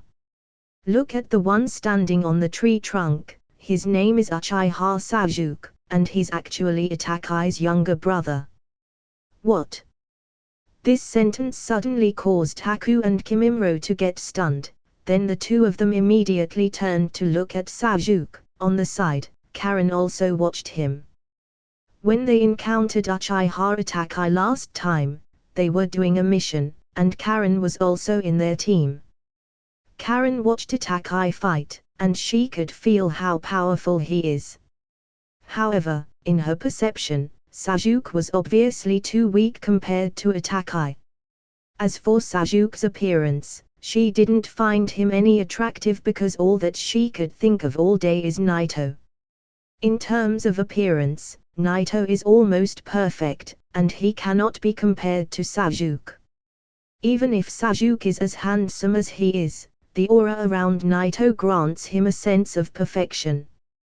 Itachi's younger brother, but it seems that there's nothing special about him. Kimimaro observed Sasuke for a moment, then revealed a thoughtful expression. Naito can still clearly perceive Indra's chakra in him, but of course, Kimimaro and the other couldn't sense such a thing, but Naito didn't explain and glanced at Naruto. In addition to Sasuke, don't underestimate the boy with the short blonde hair, he's also a Jinchuriki. Kyuubi's Jinchuriki. Hearing Naito's words, Kimimaro, Haku, and Uzumaki Karen showed almost a shocked and unbelievable look at the same time. They were not shocked by Naruto himself, but the fact that he's the Jinchuriki of the Kyuubi, isn't Lord Naito's wife. Uzumaki Kushina is the Kyuubi's Jinchuriki. Uzumaki Karen was the closest to Kushina. To be more accurate, she eats at Kushina's every day, and she always prepares her special meals. As for Kushina's power, it was clear to Karen. Kimimaro and Haku, on the other side, have also been trained by Kushina. And they clearly understand how invincible and insanely powerful she is. Even with their current level, it would be impossible for them to win against Kushina. The strongest Shinobi, after Naito, is Kushina. Moreover, she was the closest to finally finishing the Sage Mode transformation. Now, unexpectedly, another Uzumaki has appeared, and he's also the Kyuubi's Jinchuriki, which made Kimimaro and the others extremely shocked. Well, how can I explain it? Kushina has only half of the Kyuubi's chakra inside her body, and the other half has been divided into several parts. The largest is now inside Uzumaki Naruto's boy. Naruto's mother is also a member of the Uzumaki clan. Uzumaki Mai used to be a good friend of Kushina, but she was attacked when Naruto was born and died protecting him. Naito picked up the simplest words to explain the situation. With that, Kimimaro and the others finally came back to their senses, and looked at Naruto differently now. They no longer belittled him but took him seriously. Kimimaro didn't care how strong is Gaara, nor how strong his Jinchuriki. He was more focused now on Uzumaki Naruto, the Kyuubi's Jinchuriki. After all, he once fought Kushina, although it was just a spare. He was, of course, miserable. He couldn't even get close to her. Kimimaro, who was very proud of his speed and strength, found out that in these aspects he's not even close to Kushina. Having seen and experienced the strength of Kushina that crushed him once, he couldn't naturally underestimate the strength of Kyuubi. Kimimaro knew that since Naito mentioned them specifically, they're worthy opponents. Noticing Kimimaro's sharp eyes, Naito suddenly chuckled, "If you're that interested, just go and play." That's. Kimimaro was obviously a little surprised. He didn't expect Naito to say that, and he couldn't help but look at him. Naito smiled slightly and said, "I'm going to see where the other team leaders are gathered. I'll sign you up, you can go and have fun." After saying that, Naito disappeared, leaving the three behind. Kimimaro's eyes flickered, then he bowed down to the direction where Naito had just left. "Thank you, Naito-sama." When he looked up again, a touch of great interest appeared in his eyes. With a flicker, he rushed directly to them. Haku, on the side, smiled slightly, then followed. Really? As for Karen, she was irritated. She wanted to stay with Naito more than Naruto and Sasuke, but he suddenly disappeared, and she couldn't even perceive the direction he took. Looking helpless, she followed Haku and Kimimro. "Hey, what's your name?" Looking at three, who turned around and were about to leave, Sasuke jumped from the tree and asked.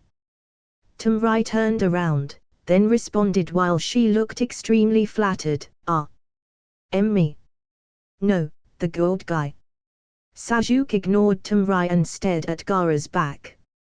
Gaara turned around, glanced at Sasuke, then said lightly, "Gaara of the Sand. I'm also very interested in you, what's your name?" "Uchiha Sasuke." Sasuke looked at him, while his eyes were flashing with inexplicable light. Gaara then turned to leave, but suddenly stopped. At that moment, another voice emitted from the side. "Uchiha Sasuke. Who is this?" This voice made both of them startle. They turned their heads and looked to the left, and they saw a handsome young boy with long white hair falling on his shoulder. "It's Kimimro." "This guy, where did he come from?" Both were stunned. In fact, Kimimro's sudden appearance shocked Sasuke more than Gaara's. Because Gaara suddenly appeared in the rear, but Kimimro flickered in the middle of the two on the left. Tumrai, Kankuro, Naruto, Sakura, never found out how Kimimro came out, but his speed was much faster than Gaara's. Before Sasuke could ask about Kimimro's identity, the latter's sentence made Sasuke's expression change, and a strong killing intent erupted throughout his body. "You're Uchiha Itachi's younger brother. But it seems that there's nothing special about you, you're so weak." Kimimro looked calmly at him. Sasuke didn't even react to his speed, and he seemed that he didn't even know which direction he came from. He's really not comparable to Itachi. Although Sasuke is much younger than Itachi, Kimimro was only 2 years older than him. When Kimimro was 13 years old, he was much stronger than the current Sasuke. At least he could perceive his speed, even though he couldn't react to it. There are 3 ways to express the speed gap. The first one is that although it's fast, it can still be avoided and counterattacked. The second is that it's so fast that even the eyes can't follow it, and the body can't keep up with it, thus naturally, you can't react to it nor avoid it. As for the third type, it's invisible, the eyes simply can't see it. What are you talking about? Uchiha Itachi was always Sasuke's limit. He himself didn't want to speak of his name, but Kimimro spoke of him so lightly, and he even compared Itachi to him, then he dared to say that he's so weak. This is simply ignited the anger in Sasuke's heart. Konoha alleyway. There was no building on the side, just wooden boards were lined up like fences, slightly higher than people, and in the middle is a moderately wide roadway. The wind blew through, bringing a bitter icy breeze. Sakura and Naruto have never seen this side of Sasuke. Both were stunned, and there was a trace of cold sweat on their forehead. At this time, Sasuke has already opened the Sharingan, which made him look scarier while revealing his killing intent. Seeing Sasuke in such a state, Gaara frowned slightly. He didn't expect Sasuke to have such a side. Sharingan. Kimimro stood there calmly, ignoring Sasuke's cold stares and his crazy killing intent, and looked at his eyes, feeling a little bit surprised. "It's just one Tomo Sharingan eyes, you're really incomparable to Uchiha Itachi. You're not allowed to mention that name in front of me." Sasuke heard Kimimro mentioning Itachi's name yet again, and could no longer suppress that crazy killing intent in his heart. He rushed directly toward him. Seeing Sasuke closing in, Kimimro looked at him faintly, as if he was looking at an ant, and then rushed toward him. Whoosh! The moment the two got closer, Kimimro's figure suddenly seemed like it has turned into a phantom, and flashed quickly like lightning and appeared again behind Sasuke. Sasuke wants to turn over, but his body got pinned to the ground with dozens of long bones that nailed him to the ground. Although none of these bones directly penetrated his body, his clothes were nailed to the ground and made him unable to move. Even when he desperately screamed, he couldn't get rid of these bones. All of this happened almost instantly. Sasuke. Although he saw how Sasuke was behaving strangely, Naruto was still worried about him. No matter what Sasuke becomes, he was still his companion, and he can't just ignore him. Seeing Sasuke was instantly defeated by Kimimaro, Naruto's forehead was filled with cold sweat, looking at this with great disbelief. How can this guy be so strong? On the other side, although Gaara didn't shed cold sweat, his eyes flashed with inexplicable light, revealing a touch of shock. Obviously, Kimimaro's speed was also beyond his expectations. What are these? At this time, Naruto and Sakura were already running towards Sasuke to get rid of bones. However, they couldn't break even one of them. Anxiously, Naruto took out a kunai and slashed it hard, trying to cut off the bone, but to his horror, he couldn't cut it, and the kunai got damaged. At this moment, Sakura finally found out that these bones were really, and with a panicked expression on her face, she withdrew her hand, and couldn't help but take a few steps back. These things are real bones. As soon as this sentence was spoken, the people around were even more horrified. Even Kankuro and the other felt a cold chill on the back of their necks. Damn it! This bastard! Sasuke struggled hard, but couldn't break free, so he gritted his teeth looking at Kimimaro, and said, "How did you know that person? What kind of relationship you two shares? He's my enemy." Kimimaro looked at Sasuke indifferently and said, "He's very strong. He's the only person I've recognized as my rival. He's the man I want to defeat. As for you, I thought that since you're his brother, you will be stronger, but now I'm very disappointed. Very disappointed. Disappointed. Disappointing." The last word echoed in Sasuke's mind. Even after all of these years, he was still thinking of what happened that night, and he couldn't help but remember at this moment how Itachi told him that he wasn't even qualified to kill him. Damn it! Damn it! Damn it! Under his violent rage, Sasuke closed his eyes slightly, then when they appeared again, a pair of 3 Tomo Sharingan showed up. The nearest Naruto and Sasuke didn't notice the change, but Kimimaro did. Although he was surprised, he shook his head, because he was still far worse than Itachi. Even with these eyes, Sasuke can't just jump to Itachi's level, and he couldn't even bear using these eyes. After opening them, he took a few breaths then fainted. Seeing Sasuke easily defeated by Kimimaro, Gaara was insanely excited. Only when such an enemy is killed, he can feel his existence. "Are you also here to take the Chunin joint exam?" Looking at Kimimaro in front of him, Gaara's voice sounded creepily excited. Kankuro and Tamrai in the rear couldn't help but swallow, feeling that they shouldn't stay here any longer. Rain Village, Kaguya Kimimaro. Looking at Gaara, who was revealed his excitement and fierceness, Kimimaro replied calmly, then frowned slightly, wondering why each one of them seems like a lunatic. Itachi's calmness, how he gasps every detail in the battle, his manners, Kimimaro hardly saw any of that in Sasuke. As for Gaara, he seemed even crazier than Sasuke. On the contrary, the Kyuubi's Jinchuriki, who was beside him. Although he looked weaker and a bit silly, he seemed normal. "Although the exam didn't start yet, I can't help it." Gaara grinned and smirked, starting terrifyingly at Kimimaro.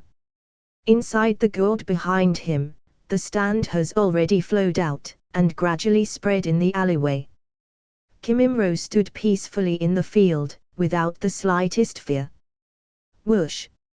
Suddenly, the sand rushed to Kimimro crazily and looked like it was gonna devour him directly, then crush him. However, in the face of this attack, Kimimro just waved his hand, and 2 bones suddenly came out of his arm. Waving his bones blades, Kimimro quickly scattered the sand. Sand. This is interesting. Kimimro snorted, then suddenly stretched out his hands at Gaara. Boom! Boom! Boom! Suddenly a series of bangs were heard from Gaara's side. Kimimro's fingertips suddenly spurted out of his finger and flew toward Gaara like bullets, and the sand that Gaara used to defend himself was directly penetrated. Creator's thoughts. Kimimro is much stronger than the original, and Gaara can't defend against his bone bullets at all. The bones penetrated Gaara's sand, then right through his sand armor, it pierced. Piece by piece it fell on the ground while blood flew out of his body. Obviously, he didn't expect Kimimro to be this strong. The moment they start fighting, he ended up injured. Seeing the blood coming out of his body, Gaara revealed his killing intent and became completely in a state of rampage and madness. This is blood, this is my blood. Ah! Looking at the crazy Gaara, Kankuro and Tamrai looked horrified, and without hesitation, they retreated at once. They were very familiar with Gaara. They know once Gaara enters this state, he may end up releasing that monster. This is bad. If that monster comes out, we will be in trouble. Kankuro's forehead was filled with cold sweat, and his eyes were full of horror, but at the same time, he didn't dare to take a step forward and stop Gaara. Naruto and Sakura also looked terrified, and at the same time, they could feel that horrifying chakra surging inside Gaara. The 2 desperately tried to break the bones that trapped Sasuke, but they couldn't, which made it impossible to rescue Sasuke. Kimimro himself stood motionless. Looking at Gaara, and feeling his chakra flowing, he lowered his head slightly and smirked. Is this the power of your Baijua? Right when he was about to release the Ichibi, a voice emitted from the end of the alleyway. Ice release, Ice Age. A faint light shout made the entire place become cold. Crack! Crack! With the spread of that coldness, a layer of ice like a mirror suddenly covered the ground. In a matter of moments, the entire roadway turned into ice. This chill bypassed Naruto, Sakura, and Sasuke, and directly rushed to Gaara, and froze his body, turning him into a huge ice ball. Just a moment ago, it was a sunny day, but next, the entire field turned into ice, which made everyone look dull. Who did this? Under the shocked gazes, a figure came from a distance. He took a few steps, then stood beside Kimimro. HolyOniiSama said it would be fine as long as he's not dead, so you can't just do whatever you want. Haku looked at Kimimro with a smile. His tone was so soft, which made everyone unable to believe that the person who froze the entire area is this girl. Indeed. Kimimro looked at the frozen Gaara in the distance, then nodded. At this time, Gaara, who was frozen, had a stunned expression on his face, and gradually withdrew from that crazy state he was in. In the distance, Karen walked over without saying a word, covering her forehead while looking at Haku and Kimimro as if they gave her a headache, saying, "Really? Both of you didn't follow HolyOniiSama's orders and made such a huge move. Sorry I had to do this. If I didn't stop him now, we wouldn't be able to recover after the releasing is complete." Haku looked at Karen with an embarrassed expression and apologized to her. Karen couldn't handle Haku, who was always extremely gentle. So she only shook her head helplessly. "Forget it, it's almost time to go," causing such a big movement, will cause Konoha's Shinobi to come out. Let's go. Kimimaro nodded with a touch of disappointment in his eyes, then turned away. In the Chunin exam, he might get the chance to see how strong is the so-called Kyuubi's Jinchuriki. Haku also nodded but looked at the field again and walked in another direction. Crack! Crack! With his little hand, Haku gently broke the bones that trapped Sasuke. The bones instantly froze into ice, then all shattered easily. Sasuke was finally free, but neither Naruto nor Sakura thought that Haku would come over and help Sasuke out of this trouble, which made their expressions freeze. Then. Thanks. Naruto held the unconscious Sasuke, and looked at Haku, then thanked him embarrassedly. You're welcome. Haku smiled. It was hard to believe that this person was the one who froze the field a moment ago. Naruto looked at Haku, who turned around and was about to leave. They couldn't help but ask, Big sister, are you also here to take the Chunin exam? Yes, were the Rain Ninjas, who came here to take the Chunin exam. After nodding, Haku turned around again and took 2 steps, then suddenly stopped and said, also, I'm a man. Wow. Naruto felt as if he was hit hard on the head and stood there with a dull expression. As a result, he couldn't any longer hold Sasuke, who was still unconscious, and the two fell to the ground again. Sakura's mouth twitched, and then couldn't help but look at the entire frozen street. As for Tamarai and Kankuro, it seemed that the danger dispelled, so they walked back carefully, but when they heard Haku's last words, the two suddenly looked stiff. They looked at the frozen street, and Gaara, who was frozen, and both couldn't help but swallow.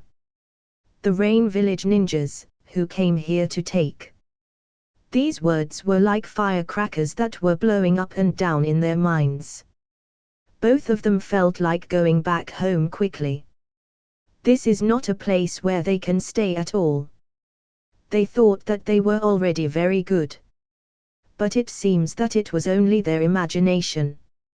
This is not a Chunin exam any longer. It's a monster's party. Karen looked helplessly at Haku and said, Do they have anything to do with you?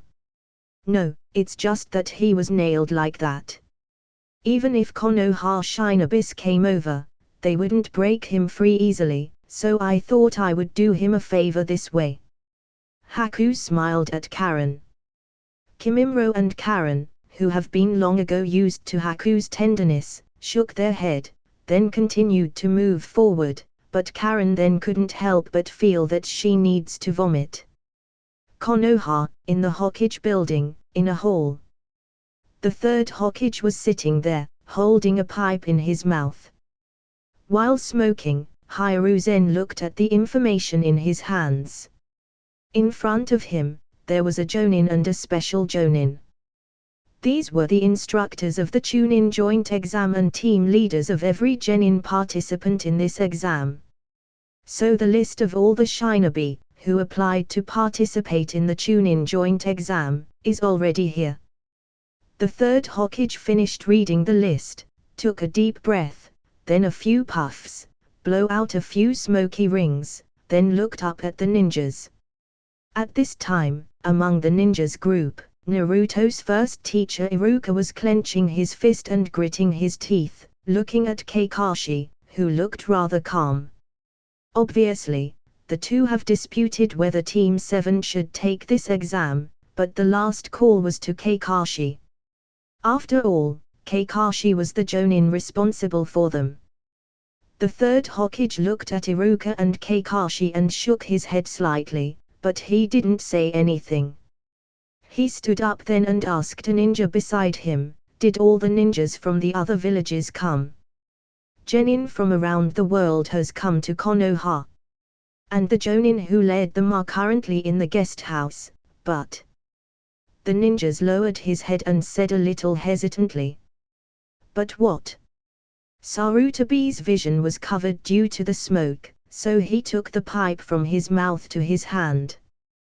The ninja said in a deep voice, "It's just the Jonin responsible for the Rain Village team, he didn't arrive yet.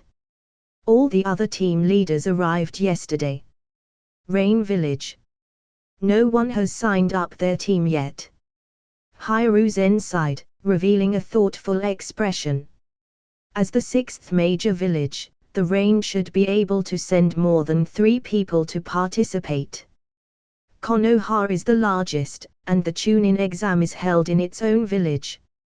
Thus, they had the most participants. In addition to Konoha, there are the Sand and the Rain. The Sand is taking the Jonin route, so only a few kids came, but the Rain should be able to send more, but they only sent 3 to take the exam, which is very strange. Moreover, it's also surprising that the team leader hasn't appeared until now.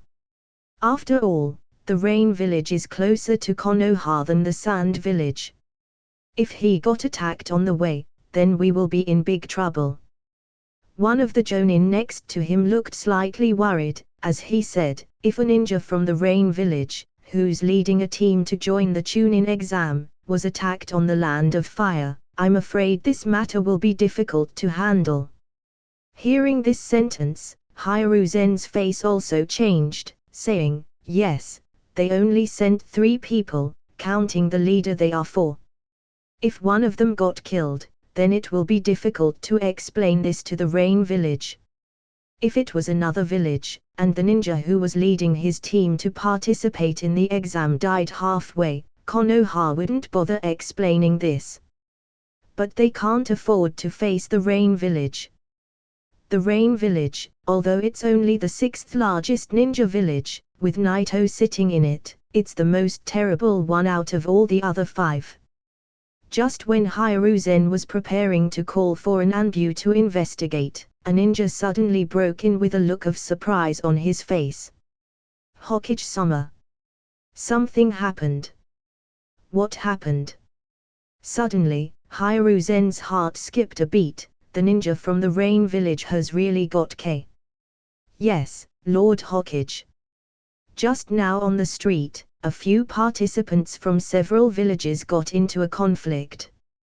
During the battle, they managed to damage the place, which affected the village's public security." "How big of a damage?" Hearing the news was not about the Rain team leader, Sarutobi felt relieved at first, then he had a strange expression.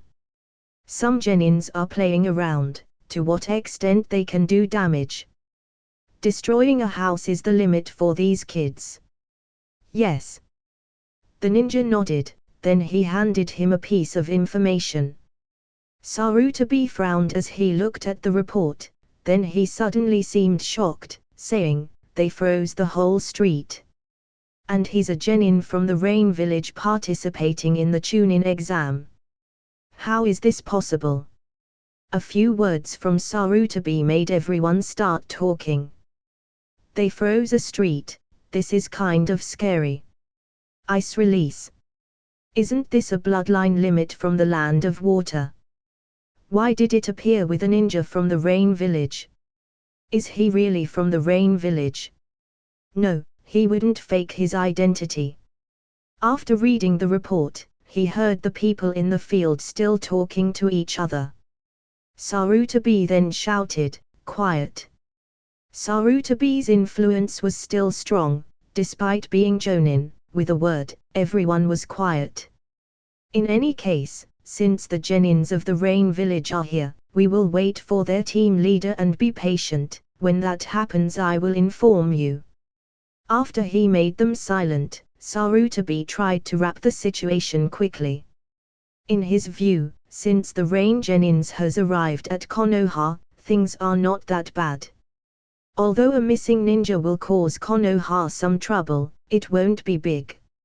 At least 3 of them made it safe, and if they stay that way, Konoha can explain the situation to the Rain Village. Moreover, freezing the street is really not a weak move, but also not particularly that powerful. According to his knowledge, the Sand has also sent the Ichibi's Jinchuriki.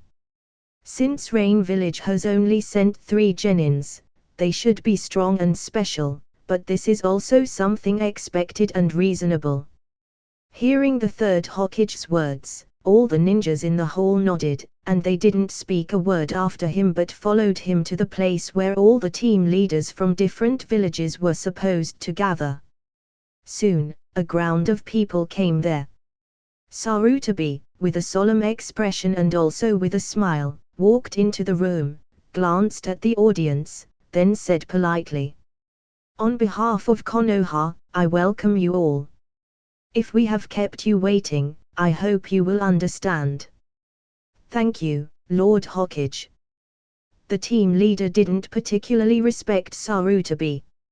After all, they are all jonins of major villages, but noticing how polite he was, they still responded individually. And at this time, a ninja from Konoha walked to Sarutobi's side and said, "Lord Hokage, except for the team leader of the Rain Village, everyone has arrived." "The Rain team leader hasn't come yet." Hiruzen frowned. He knew that someone has signed the Rain genins to the Chunin exam, yet he didn't come to the gathering. The team leaders seemed unsatisfied when they heard of this. "What is this? One man from the Rain Village is keeping us waiting here," he said coldly, with a trace of impatience in his tone. "I've become really curious to know this mysterious man who dared to keep everyone waiting," another said. Listening to these comments, Sarutobi frowned, but he was also curious. Who is the leader of the Rain team? And where did he go? When everyone was getting more impatient, a man finally came in from outside and glanced at the field with a dull face, and said lightly, "It looks like I'm the only one who was left behind." The Rain Genin team leader, who finally arrived, was naturally Naito himself. As for why he came late, it was because Naito didn't go here directly after separating from Kimimaro and the other two. Instead, he went to a practice site near Konoha. Team 8, formed by Hinata, Inuzuka Kiba, and Aburame Shino, was practicing in that field. Of course, the difference in strength between these team members is really a bit big. Even the jonin responsible for this team, Kyoinai Yuhai, may not necessarily be able to defeat Hinata. Although she's proficient at genjutsu, Hinata, who possesses the second stage of the Sage Mode transformation, is also quite resistant to genjutsu. But in the aspect of the experience, Kyoinai is far stronger than Hinata. She has experienced wars and life and death situations, and that cannot be compared to the few battles Hinata had, so Kyoinai can still be a good guidance for her. In fact, Kyoinai was also amazed by Hinata's strength. She knew that Hinata was Naito's disciple. Sometimes she even feels that she's not qualified to be her teacher. The only problem is that Hinata's character is too gentle. She's not weak, Hinata has a very strong heart. The most correct description should be gentle, which makes her not very good at attacking enemies. She's even tenderer than Haku. If Haku chose to freeze enemies then kill them, Hinata wouldn't even consider hurting them until too late. Of course, this was the original Hinata. But both Naito and Kyoinai taught her well, and now she can at least fight firmly. Kiba and Shino saw Naito coming, but of course, they didn't know who he is. Not everyone had Hinata's same chance to see and know Naito. Especially when Hinata yelled "Sensei" with a surprised expression, then ran at him, the two of them felt more puzzled. Neither Hinata nor Kyoinai ever mentioned Naito in front of them. But just by feeling Naito's presence, and how Hinata was showing her respect and admiration around him, they naturally didn't dare to offend Naito. Instead, they stood aside obediently. Naito didn't pay any attention to these two but just said a few words to Hinata, mentioned the Chunin exam, encouraged her, then turned away and left. Leaving Hinata, Naito went to the place where all ninjas from different villages were gathered together. It looks like I'm the only one left behind. A faint voice emitted and instantly made the crowd silent. Hearing this voice, Hiruzen felt that it was familiar. He turned his head to see a teenager with a white cloak and hair, coming in with a dull face. The moment he saw Naito, Hiruzen's pupils suddenly shrank, revealing a touch of surprise. Of course, he recognized Naito in an instant. It's just, why did he come here? At this time, some of Konoha Shinobi were guarding the doors. While they were standing there, Naito suddenly appeared out of nowhere, which stunned them. Of course, they were scared of him. They wouldn't dare to block, even if they were ordered to do so. Thus, Naito went straight in. You are. When Naito's voice came, all the Jonin from the different villages looked at him. At first, they all stared coldly. But when they recognized him, all of those gazes faded away in an instant. Everyone stopped moving as if time has paused, and they all froze there as if they were vivid human statues. Shocked. Scared. Horrified. Various emotions kept sinking their hearts. They came to Konoha to lead their teams, and each one of them was a Jonin, and it can be said they were almost the most experienced ninjas in the major villages. Perhaps some other people wouldn't recognize Naito, but how can they not? Moreover, some of these people even saw Naito on the battlefield of the Third Shinobi World War.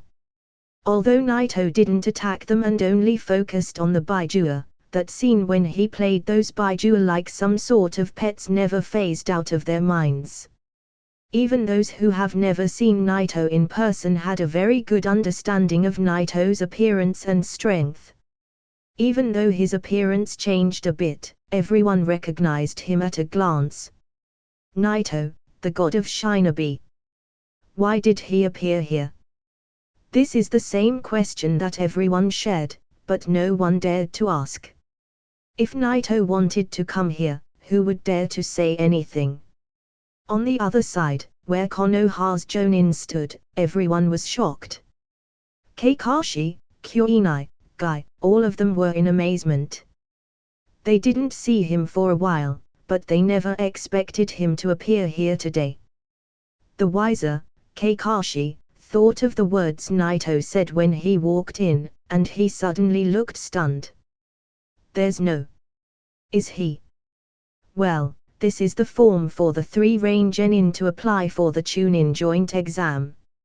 Everyone was so silent, but Naito didn't pay attention to anyone and handed over the 3 forms in his hand to Sarutobi. Hiruzen came back to his senses, and reached for it, then responded abruptly, looking at Naito in disbelief. Naito, you are. Wasn't you waiting for the Rain team leader? I'm here. I felt like some of you have been waiting here a little impatiently. While talking, Naito glanced indifferently at the crowd. Naito was really calm, and his tone was light, but it sounded like thunder in the ear of everyone. What did he just say? The Rain team leader is Naito himself. The god of Shinobi is leading a Genin team to take the Chunin joint exam. Is this a joke? The moment Naito's gazes swept through them, everyone lowered their head and didn't dare to speak. Impatient. I'm afraid no one is impatient today here. Although he didn't reveal any killing intent, Naito's presence was so strong that everyone felt strong oppression for him, as if they were watching a terrifying existence, which they can only bow their head to him. A few who weren't sure if he was the right deal, became certain at that moment. With one look from him, they felt scared, and couldn't face him any longer. This kind of momentum cannot belong to anyone but Naito, the god of Shinobi. Those who had seen Naito before and were lucky to live after became more fearful and horrified, and those who never saw him were extremely shocked. although they can also stare and reveal their killing intent to frighten ordinary ninjas, and make them soaked in cold sweats. However, that cannot be effective on a Jonin. Most of these people have experienced countless life and death battles. Still, they were terrified just by looking at Naito's eyes. In fact, Naito didn't use his spiritual shock, this was only his presence. If he used it, only a few would have managed to stand still. Even Kakashi and others, who had roughly guessed it before, could not keep calm when hearing Naito's words, but show some astonishment. No matter how you think about it, it is impossible to imagine that the Rain team leader will be Naito. This joint Chunin exam is indeed very important to the major villages, but it is absolutely unimportant to the point that God of Shinobi, Naito, will come to participate in it personally. The third Hokage was completely stunned, so he didn't know how to deal with it, and could only show a slightly embarrassed smile, saying, "Shame on me, you didn't just wait alone for a while, but I also failed to greet you, it's my fault as the Hokage, I'm very sorry."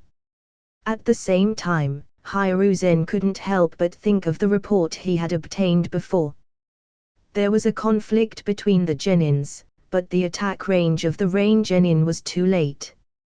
He didn't think it was anything, but apparently knowing now that Naito is leading the team himself, Sarutobi's heart couldn't help but tremble, but he hides it behind his smiley face. I'm afraid this Chunin exam is no longer a simple one. In a very large hall, the elite ninjas of the major villages were sitting. Hiruzen left, and the list of the applicants for the Chunin exam is complete. Next, it's time to deal with Konoha's own participants and prepare for the exam. Most of the ninjas on the scene were Jonin, but there was also special Jonin. They are all famous around the Shinbo world, and they know a lot about each other.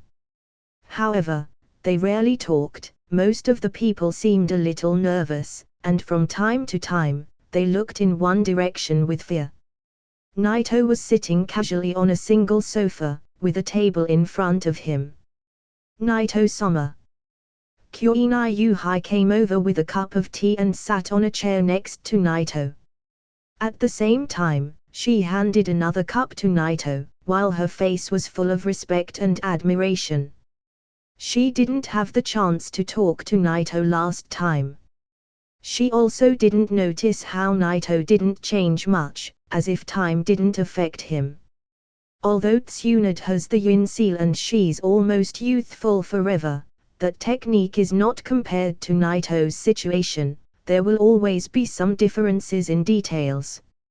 You don't need to be so polite. Naito smiled at her slightly and then turned to look at Kakashi and Guy sitting on the opposite side of the room. Kakashi has seen him not long ago, but Guy didn't. Gain talked about Lee to Naito. "Lee, he's really a genius, not just a hard worker. In such a short period, he managed to open the fifth gate, and even I couldn't do that at his age." Guy praised Lee a lot. Compared to Neji and Tenten, he's more fit as his disciple. Naito actually listened very speechlessly. But speaking of it, Lee is indeed a genius, at least when it comes to the Hakemon Tonku. Guy, don't you know that it's very harmful to pass such a forbidden technique to your student without permission? Kakashi watched Guy showing off there, so he teased him. Of course, Guy looked at him, then said, "You know nothing about him." That kid showed his persistence, and I approved. Looking at Guy and Kakashi, who seemed to be quarreling, Kyoinai next to Naito showed a helpless expression, covering her forehead. Seeing that Naito didn't have an angry expression on his face, she felt relieved. Speaking of seniority, although Naito's presence was very strong, it didn't give the kind of feeling that he's difficult to communicate with. "By the way, Naito-sama, it seems that the 3 children you brought are very strong. My student Sasuke seems to have been defeated in a flash while using his Sharingan. Kakashi was too lazy to argue with Guy, but suddenly remembered his students, and couldn't help but look at Naito, and ask. When Gain heard Kakashi's words, he also stopped arguing. Looking all surprised, he said, to defeat a Sharingan user that quickly, is really something amazing. After hearing Kakashi mentioning Kimimaro, Naito smirked, then said, if you're that interested, Kakashi, you can try your luck with them. When this sentence was spoken, the people around Naito were a little surprised. Gain and Kyoinai clearly knew how strong Kakashi is. If Guy doesn't open the 7th gate, he wouldn't be able to win against him. But Naito clearly meant that even Kakashi can't win against the Rain Genin trio. No, do you mean? Kakashi seemed to have realized something, and his eyes widened suddenly. Guy's reaction was a bit slow, but at the same time, Kyoinai thought of something. She looked at Naito in amazement and said, are they actually your senior disciples, Naito? No, they are not. Naito shook his head, making Guy and Kakashi slightly relieved, but the next sentence made everyone stunned again. Naito paused to take a sip out of his tea, then said lightly, I just took care of all of them at a young age and trained them personally. Kakashi. Guy. How strong these kids, who had the chance to be trained by Naito personally from a young age. Only Guy and Kakashi could understand that, because both of them also had the opportunity to have Naito's guidance a few times. Moreover, being trained by him from a young age is even worse. The other candidates won't even make it out alive. Guy and Kakashi looked at each other stiffly. Cough, I suddenly felt that Neji should wait another year.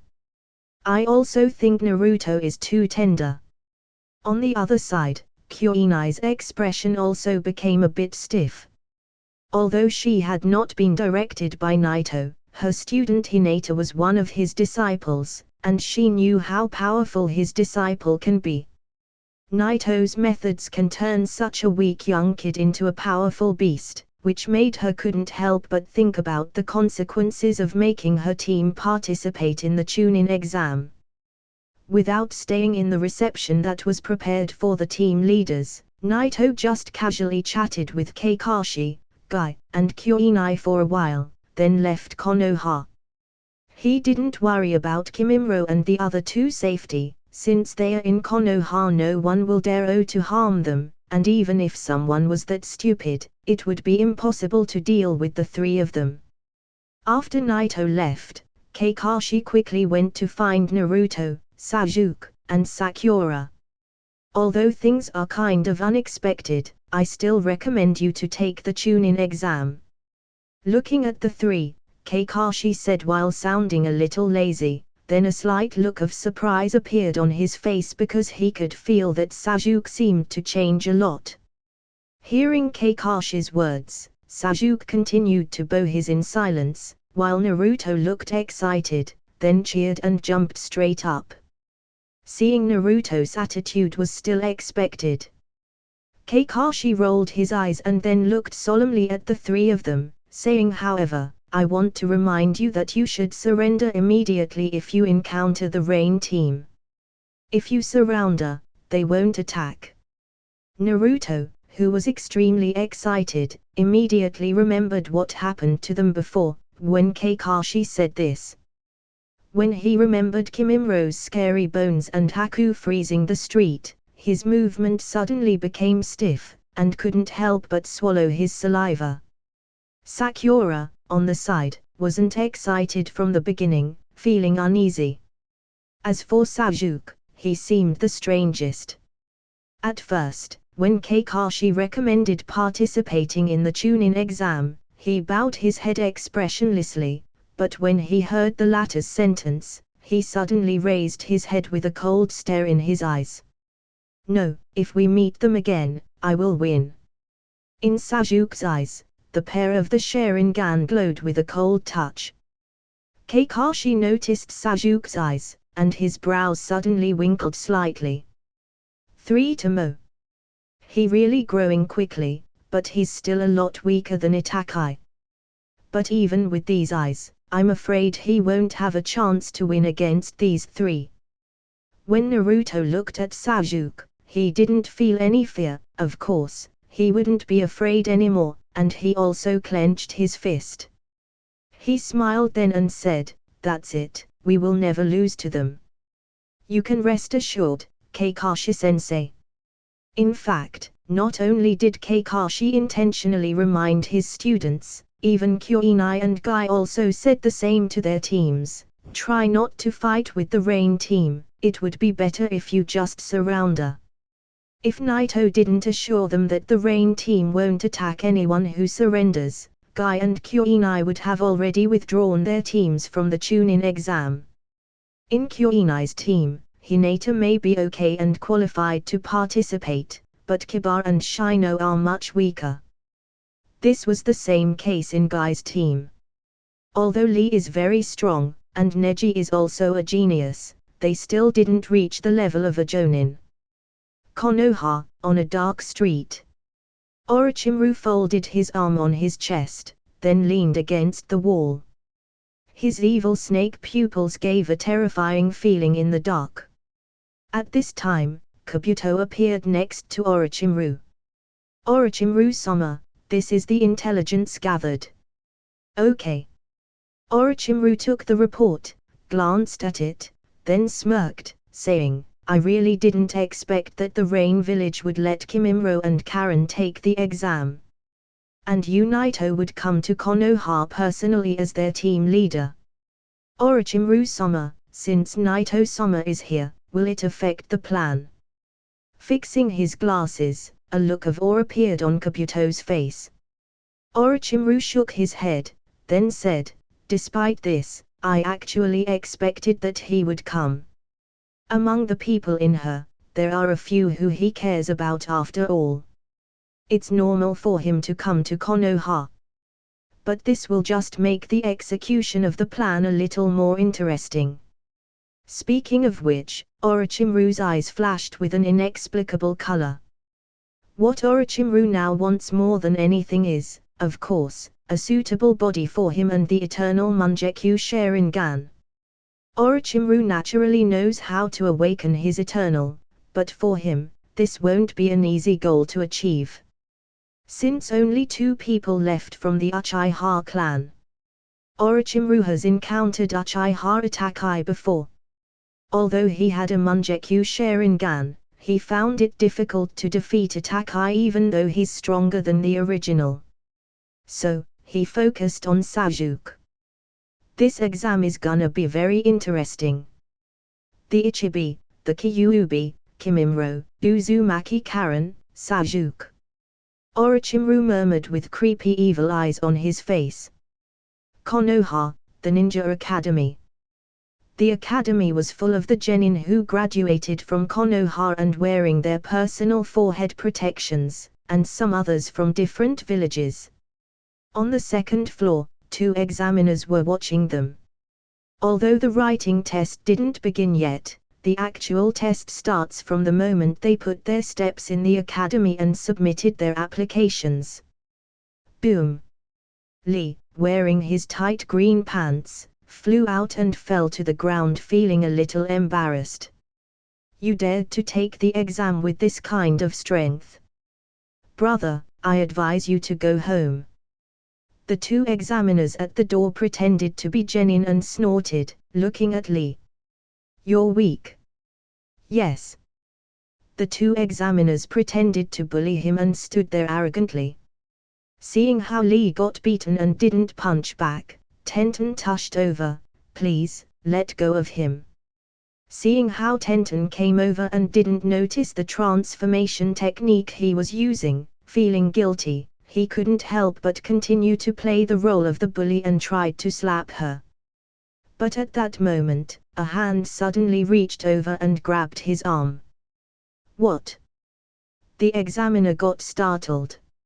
Although he didn't use his full strength nor his full speed, he actually couldn't see when this hand came out and blocked him.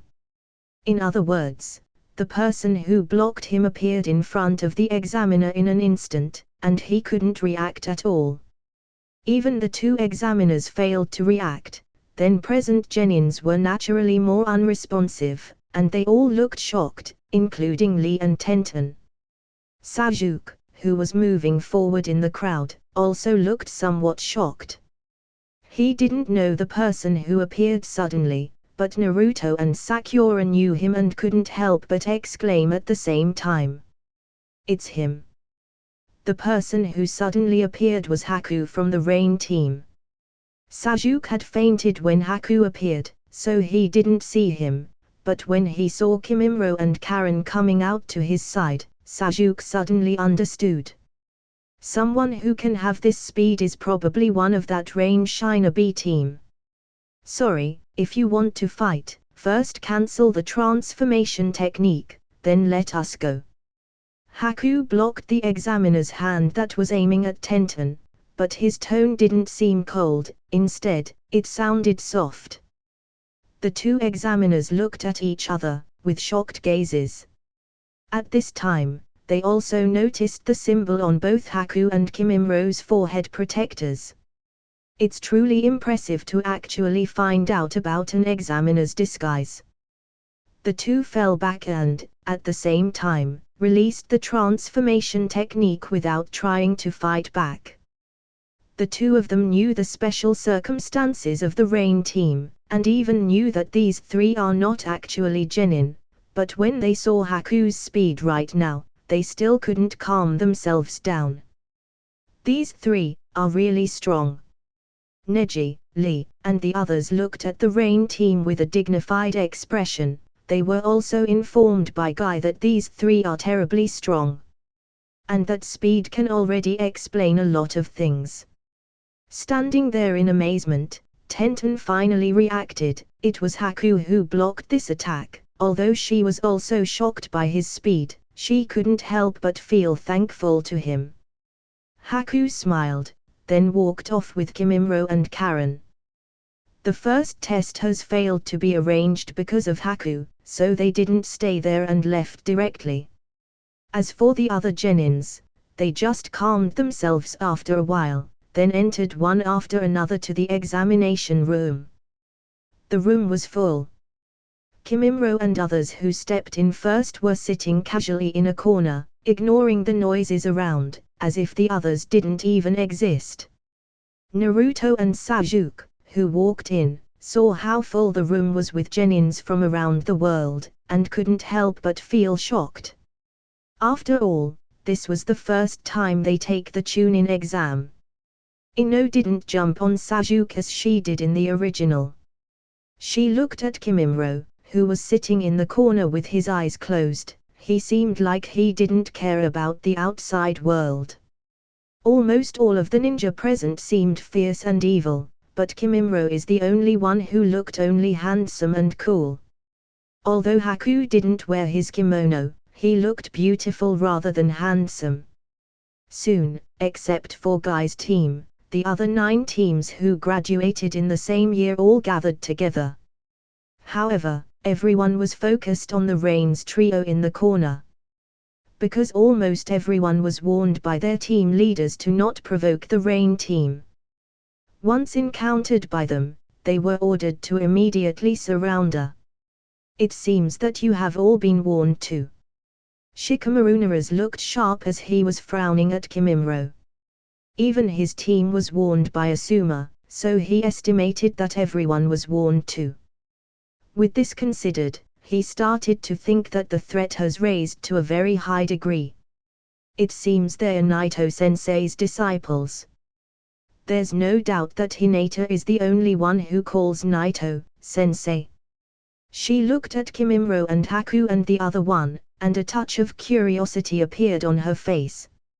At this time, Kimimaro and others also looked right at Hinata, because they also achieved the second stage of the Sage Mode transformation, and they could sense the natural energy around her. In this place, there's no genin who can use natural energy, so they easily determine her identity. She's Naito-sama's disciple. Yet, there's no doubt. She's Hyuga Hinata. Kimimaro, Haku, and Karen felt a little envious. Being Naito's disciple is equivalent to being recognized by Naito. Up to now, none of them were really recognized by Naito as his disciples. Perhaps Karen's relationship is even closer to Kushina than Naito's.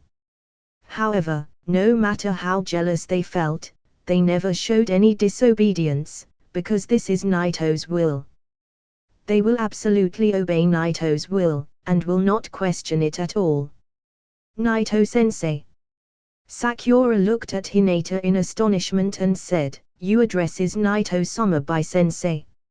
Sakura's exclamation made everyone's eyes lock on Hinata. At that moment, Hinata didn't dare to look up, and she weakly said, "Yes." Naruto and Sasuke were also stunned. They both know from Kakashi that he was only directed once by Naito, thus, he was a senior more than a teacher to him. But among the 9 teams who graduated together, one of them was actually Naito's disciple. But Hinata doesn't seem to be very strong. "Hey, who the hell is this Naito?" Ino looked at them and asked strangely.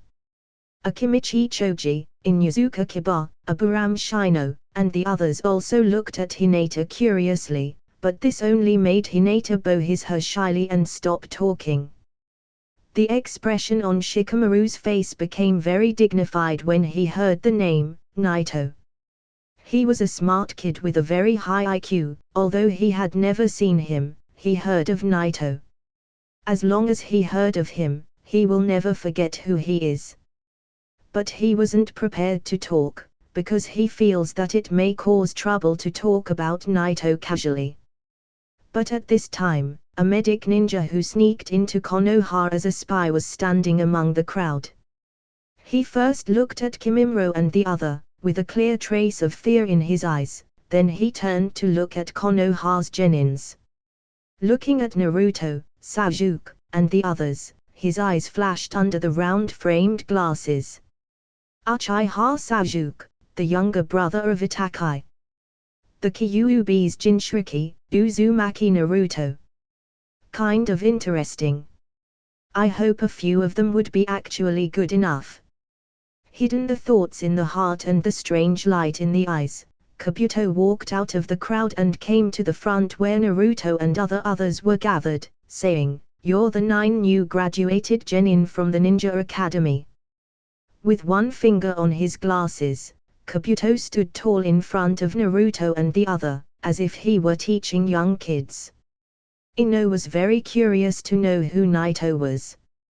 But when she saw how Kabuto coming, she felt a little uncomfortable and said, acting so cool, "Who are you?" "My name is Kabuto, now, look around."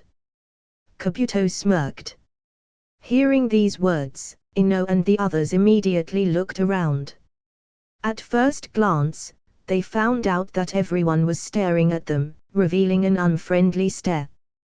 They kept talking for so long that they caught the attention of everyone in the room. Everyone will be nervous before the exam. You should be careful not to provoke anyone. Well, I can't blame you, you're new. I did the same the first time. Watching the reaction of Ino and the others, he shrugged. Sakura, who had cold sweat on her forehead, turned to Kabuto and said, "Are a senior, Kabuto, is this your 2nd time?" "No, it's my 7th. Because there are only 2 exams every year, it's already my 4th year," Kabuto said. Hearing these words, Sakura suddenly became surprised, saying, "So, are you familiar with the content of the exam?" Noticing Sakura's expressions and the others, Kabuto smirked slightly. He, let me give you some information about these guys, using my ninja cards." "Ninja card?" Naruto and the other looked at Kabuto with some doubt. "It's just a card that I store information on." This is the intelligence I have collected over the years. There are almost 200 pieces.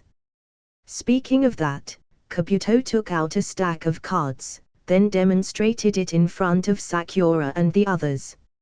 In addition to recording all kinds of information about the tune-in test, most of these cards were characters' data. Seeing all of these cards, Sasuke glanced at Kimimaro and the others in the distance and said in a deep voice, "So you basically have information about everyone in the room." "I've collected as much as possible, but not necessarily everyone." Sasuke pondered for a moment, then his eyes flashed with inexplicable light, saying, "So, do you have information about the 3 ninjas from the Rain Village?" Sasuke's request was also what everyone present wanted to know. Everyone was extremely concerned about the ninjas from the Rain Village. "Well, let me see." Kabuto smirked secretly as he quickly flipped between the cards, then drew 3 of them. First of all, Kaguya Kimimaro, a member of the Kaguya clan, uses a unique bloodline limit, the Dead Bone Pulse, which grants him the ability to freely use his bones as weapons. He's a terrifying guy. I suggest you not to provoke him. Number of tasks performed, unknown. Followed by Haku, he's also a bloodline limit user, the Ice Release, and he should be a member of the Yuki clan. His ability is a bit mysterious, but not a while ago, he froze an entire street in Konoha. Number of tasks performed, unknown. Finally, Uzumaki Karen, from the Uzumaki clan, I don't know have information about her abilities. Her specific situation is unknown, and the number of missions she performed is also unknown. But since following these 2 guys, she should also be strong. This introduction made everyone feel a bit creepy, especially Shino, Kiba, and the others, who didn't encounter Kimimaro before. Choji, on the side, was eating potato chips. Hearing that the guy was pulling his bones and using it to attack made him almost shocked on that chip. Everyone couldn't help but swallow, then glanced horrifiedly at Kimimaro, who was closing his eyes, and pondering. Uzumaki clan. Only Naruto seemed surprised when he heard the last introduction about Karen, but nobody noticed him. By the way, there is one more thing. All 3 of them are ninjas under the guidance of HolyOniiSama. Although they are all about the same age as you, and they are ranked genin, you should never treat them by their rank. Kabuto fixed his glasses, revealing a solemn look. Once again, they heard Naito's name from Kabuto, and he even addressed him respectfully, while his tone was very solemn, which made the other feel more curious.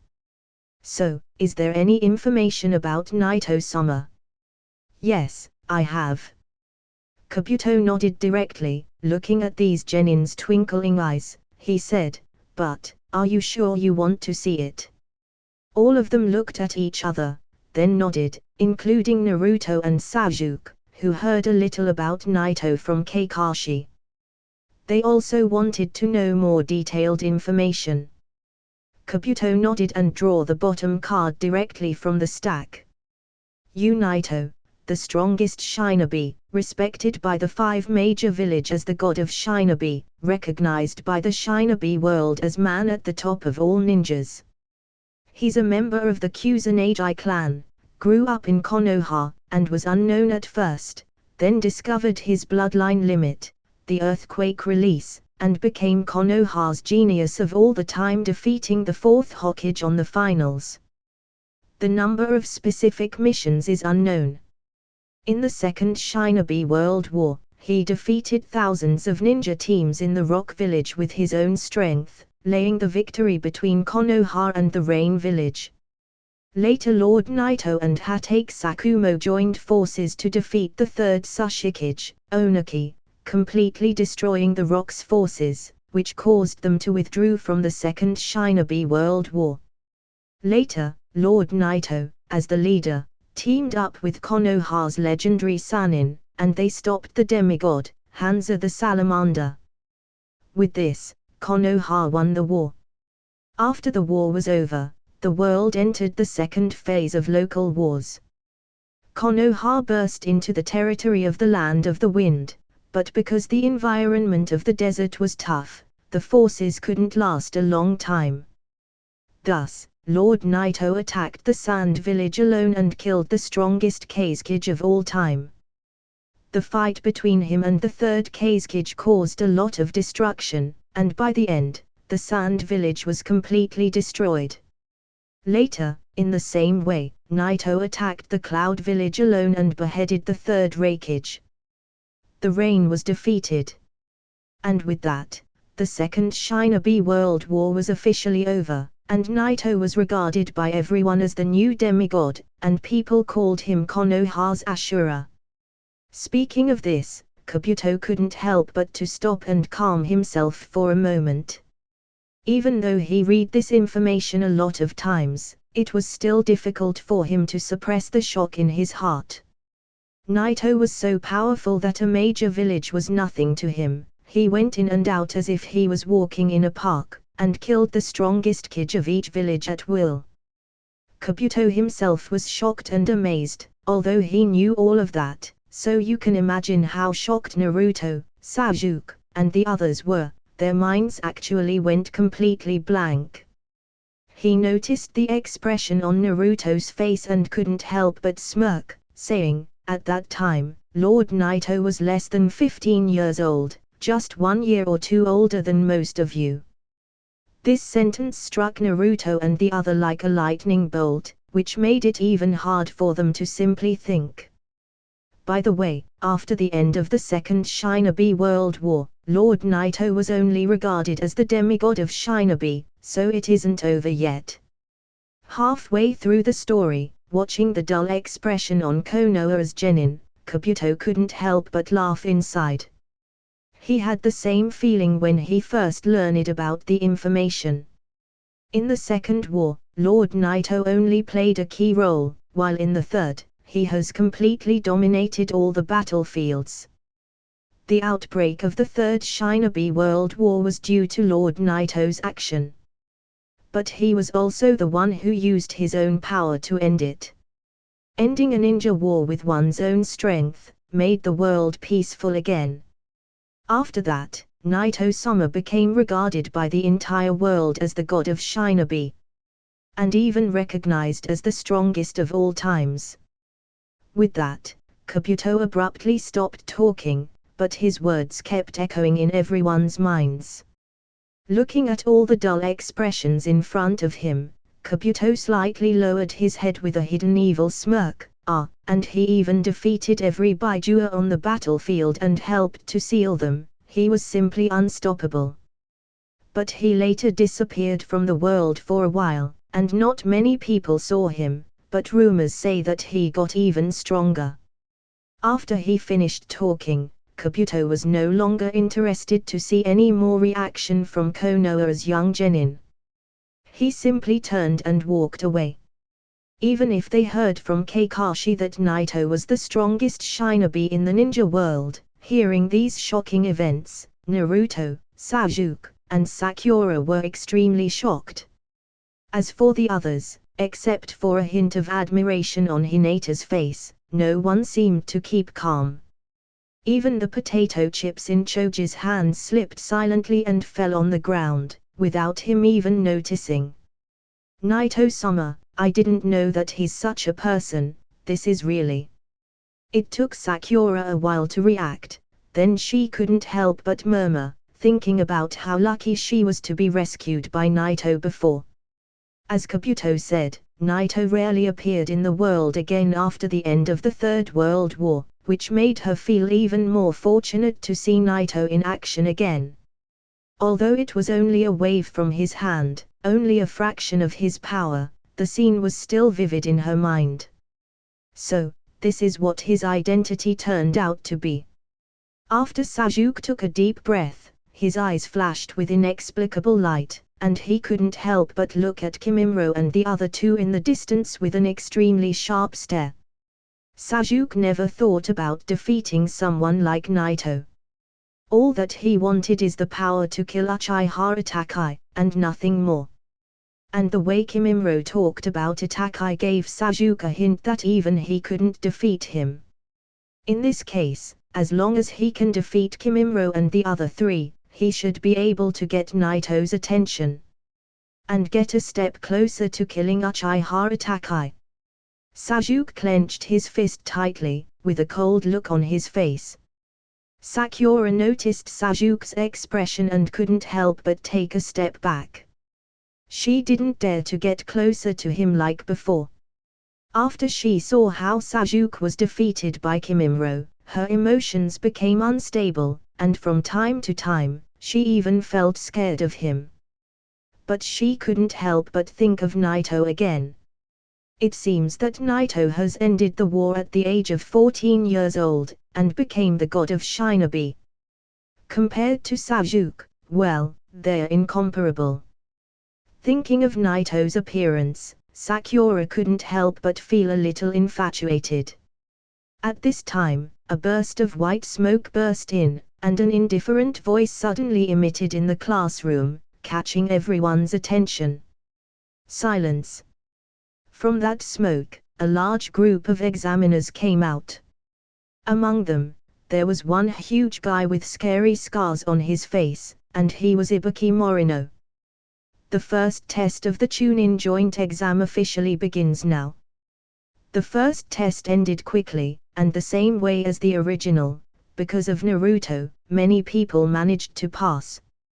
After the first exam, Anko appeared all excitedly with her scandalous outfit. All of the people present felt speechless for a while, and even Ibuki seemed like he couldn't stand her, and shook his head helplessly. Even though Anko has grown up now, there is no slight change in her cheerful and lively personality. The only difference from the original is her rank. She's now a Jonin, not a special Jonin. Her real strength has fully reached the level of an elite Jonin, or even stronger. This naturally a determination of what Naito granted her, which is far stronger than her cursed seal from the original. She even managed to finish the second stage of the Sage Mode transformation over the years. Outside of the Forest of Death. Watching all of the candidates take their respective scrolls, then walk to the entrance of the Forest of Death, Anko finally took a breath of relief. It's finally over. The second exam has officially started. All of the candidates entered the forest, which gave Anko the chance to finally relax a little bit, revealing a wide grin on her face. I'm curious to know how many of them will survive.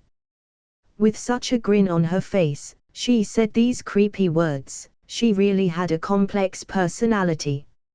Hearing some movement in the forest, Anko smirked, then turned around and said, "Well, I can finally eat. I heard that there's a new flavor for the meatballs today." Seeing how one of the examiners was about to leave the room to eat, the other examiners felt speechless. Although some of them knew her, she still seemed kind of unreliable. He, you really haven't changed, Anko. At this moment, a chuckle came from the distance. When everyone turned in the direction of that voice, they saw someone walking toward them. The moment she heard that voice, Anko's movements suddenly stopped, and all that energy she had a moment ago suddenly dissipated, and she abruptly froze. "Hey, this a private room for the examiners of the Chunin joint exam, you can view." A young Shinobi directly stepped forward to block the intruder, but another Shinobi beside him hurriedly pulled him back with a horrified expression on his face. "I'm very sorry, Naito-sama, please forgive his foolish." With the cold sweat falling off his forehead, the senior Shinobi put his hand on the back of the young Shinobi's head and forced it down, then he put a stupid smile on his face and saluted Naito. The young Shinobi didn't respond at first, but when he heard Naito's name, his body stiffened for a moment. "Naito-sama. You Naito. Why is you Naito here?" At that moment, he was scared to death too, trembling all over while looking at the snow-haired boy in front of him, who looked indeed very similar to the legendary Shinobi, Naruto, but he looked too young. Because of that, he didn't recognize him at first. Anko, on the other side, of course, recognized Naruto in an instant, and after freezing there for a moment, she looked extremely surprised and rushed toward Naruto. She always heard the news that Naruto is in Konoha, but she would find out that he left already whenever she rushed to see him. Thus, it has been a while since the last time she saw him. During these few days, she didn't get the chance to see Naruto, so she has been feeling a bit sad. But she didn't expect that Naruto would be the one to come and find her. "Naruto-sama." Anko flew directly toward Naruto, then hugged him tightly with her whole body and hugged her arms on his neck. Watching this, the other examiner's jaws almost touched the ground from the surprise. Even Naruto's mouth was twitching, feeling a little bit speechless. Cough, cough. The moment she realized what she had done, Anko immediately let go of Naruto, then put one hand behind her back, and the other was touching the end of her hair while looking a little bit embarrassed. "I'm sorry, Naruto-sama. I haven't seen you for a long time, and I got carried away by the moment," Anko said while feeling a little bit scared. She was afraid of making Naruto angry, and she carefully looked up to see his face, but she found out that the latter was actually looking at her helplessly. Anko really hasn't grown up at all. The only person who would dare to make such an inexplicable rush toward Naruto in addition to her is Kushina. Maybe Tsunade too, but she wouldn't do such a thing.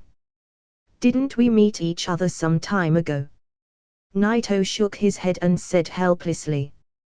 "Naruto-sama. That was more than half a year ago." Anko tried to argue, but she remembered how embarrassing his behavior was just now. But when she noticed how it didn't bother Naruto, she felt relieved, and she gradually recovered her smile again. Although Naruto rarely went to see Kakashi, Guy, and the others, he didn't get the chance to see Anko for half a year. "You're all grown up, but you still act like a kid." Naruto kept looking at her helplessly. He. Anki didn't say anything, she just stood there grinning. The examiners at the side, who had already shrunk their necks and hid far away, didn't dare to look at them. "By the way, Naruto-sama, did you have something here to deal with? You wouldn't come especially to see me, right?" Anko seemed like she has realized something, then asked, while blinking at Naruto. Hearing that, Naruto glanced at the forest of death in front of him, with a slight touch of emotions in his eyes, and remembered of the exam he had to take to join Konoha's Anbu. At that time, he was a player, now he was more like the game master. Anko smiled and said, "Well, that's a real honor. I have prepared a lot of meatballs, do you want to try some, Naruto-sama?" Even though he was outside of the forest, everything was happening inside was within his perception, and knowing that the second test had just begun, Naruto nodded his head at Anko with a smile. "Fine. Great." Seeing Naruto agree made Anko looks very happy. The two came to a wooden house built next to the forest. This was where the examiner rested. Anko and Naruto walked in, while the other examiners hid far away. None of them dared to come and disturb them, except for delivering more meatballs to them. Naruto didn't really eat, he knew how much Anko loves meatballs. And since it's been a while, Naruto chatted with Anko a little bit, until a Shinobi suddenly rushed in, hurriedly to report. "Anko-san, something wrong has happened." "What?" She has finally got the chance to chat with Naruto and eat meatballs, and she got immediately disturbed. The expression on Anko's face was really cold. The Shinobi was soaked in cold sweats, while carefully glancing at Naito, to find out that the latter was drinking his tea without paying any attention to him. He was relieved then and looked at Anko timidly. Sometimes, it's better to deal with things alone than coming to Anko, but this was a big problem, and he couldn't help but come to her. 3 corpses were found, and the way they died is weird. You need to come and have a look. 3 bodies. The dissatisfied eyes on Anko's face suddenly became sharp, and she immediately let go of her personal feelings. Although she hated how she was interrupted while chatting with Naito, people got killed during the exam, and as the examiner, she couldn't be careless. However, after she looked at Naito again, she still hesitated. Let's go and have a look. Noticing how she hesitated, Naito smiled, put down the cup in his hand, and then stood up. The Forest of Death. Uchiha Sasuke looked at Orochimaru disguised as Shioi, a genin from Kusagakyo, in front of him with traces of cold sweat on his forehead. Although he is stronger than the original and has 3 Tomo Sharingan, Orochimaru was also stronger. Orochimaru using his Mangekyou Sharingan would naturally have the upper hand. However, these newly added aspects to the story created another different scene. Using his Sharingan, Orochimaru first chose to reveal his killing intent and test Sasuke's spirit, but the latter opened his Sharingan too and completely resisted Orochimaru's strong presence. However, this allowed Orochimaru to open his Mangekyou Sharingan, and severely crush Sasuke in the aspects of Dojutsu. Boom! Under the strong suppression of the Mangekyou Sharingan over the 3 Tomo Sharingan, as well as the suppression coming of his momentum and spirit, Sasuke directly lost strength and knelt on the ground, with a touch of evident horror in his eyes. Your eyes? How can you have such eyes? This is impossible. You're worthy of being Itakai's brother, you've already awakened your 3 Tomo Sharingan. But unfortunately, you're still much worse than Itakai. Orochimaru stood there, glaring at him with his terrifying eyes and his extremely evil smile. Much worse than Itakai. Worse than Itakai. Than Itakai. Hearing these words from Kimimaro first, then from Orochimaru again, made Sasuke's heart sink in anger, and he immediately stood still while clenching his teeth. However, Naruto and Sasuke, on the side, could clearly see that Sasuke's state this time is very bad. Sasuke. Naruto wasn't afraid of Orochimaru, even if he was stronger, he wasn't afraid, but he was much concerned about Sasuke who looked in a real bad state. Sasuke however, ignored Naruto and gritted his teeth at Orochimaru while shouting, "Don't speak of that name in front of me." Seeing Sasuke rushing over, Orochimaru smirked, allowing Sasuke to punch him, but it weirdly penetrated past him as if he was a ghost. Boom! Suddenly Sasuke got hit and flew straight out, falling to the distance. Naruto, who saw that, jumped up immediately and caught him. It didn't connect. How did this happen? Sakura looked shocked at Orochimaru. Even though he had a clear shot, Sasuke's punch didn't connect, and he passed right through him. Then he suddenly got hit and got sent flying to the distance. Is this guy a ghost? Sasuke lost the battle of the Dojutsu and also got hit by Orochimaru. Although he didn't hit the ground and was caught by Naruto, he still looked hurt and spit out a bit of blood. Upon seeing this, Naruto suddenly became furious and turned to rush toward Orochimaru too. In this unstable state, his punch carried some of the Kyuubi's chakra as he waved it at Orochimaru. The Kyuubi's power. You can actually use it. The Kyuubi's chakra wrapped his fist and bombarded Orochimaru. This scene surprised Orochimaru slightly, and while looking at Naruto and Sasuke, he seemed like he thought of something, then smirked. Boom! Orochimaru was directly bombarded by Naruto's punch and hit a big tree behind him, then he suddenly split into 2, then 4, and multiple figures of Orochimaru appeared. Genjutsu. Just as Naruto and Sakura thought of that, the 5 phantoms suddenly rushed at Naruto and punched him, directly sending him flying in the air, then fell beside Sasuke. Once again, the 4 phantoms converged into one with a terrifying evil look in his eyes, then Orochimaru started walking towards Sasuke and Naruto step by step. Sasuke gritted his teeth, wiped the blood from the corner of his mouth, then looked at Naruto. He could feel how strong Naruto's chakra was, and after pondering for a moment, the stare on his face became colder.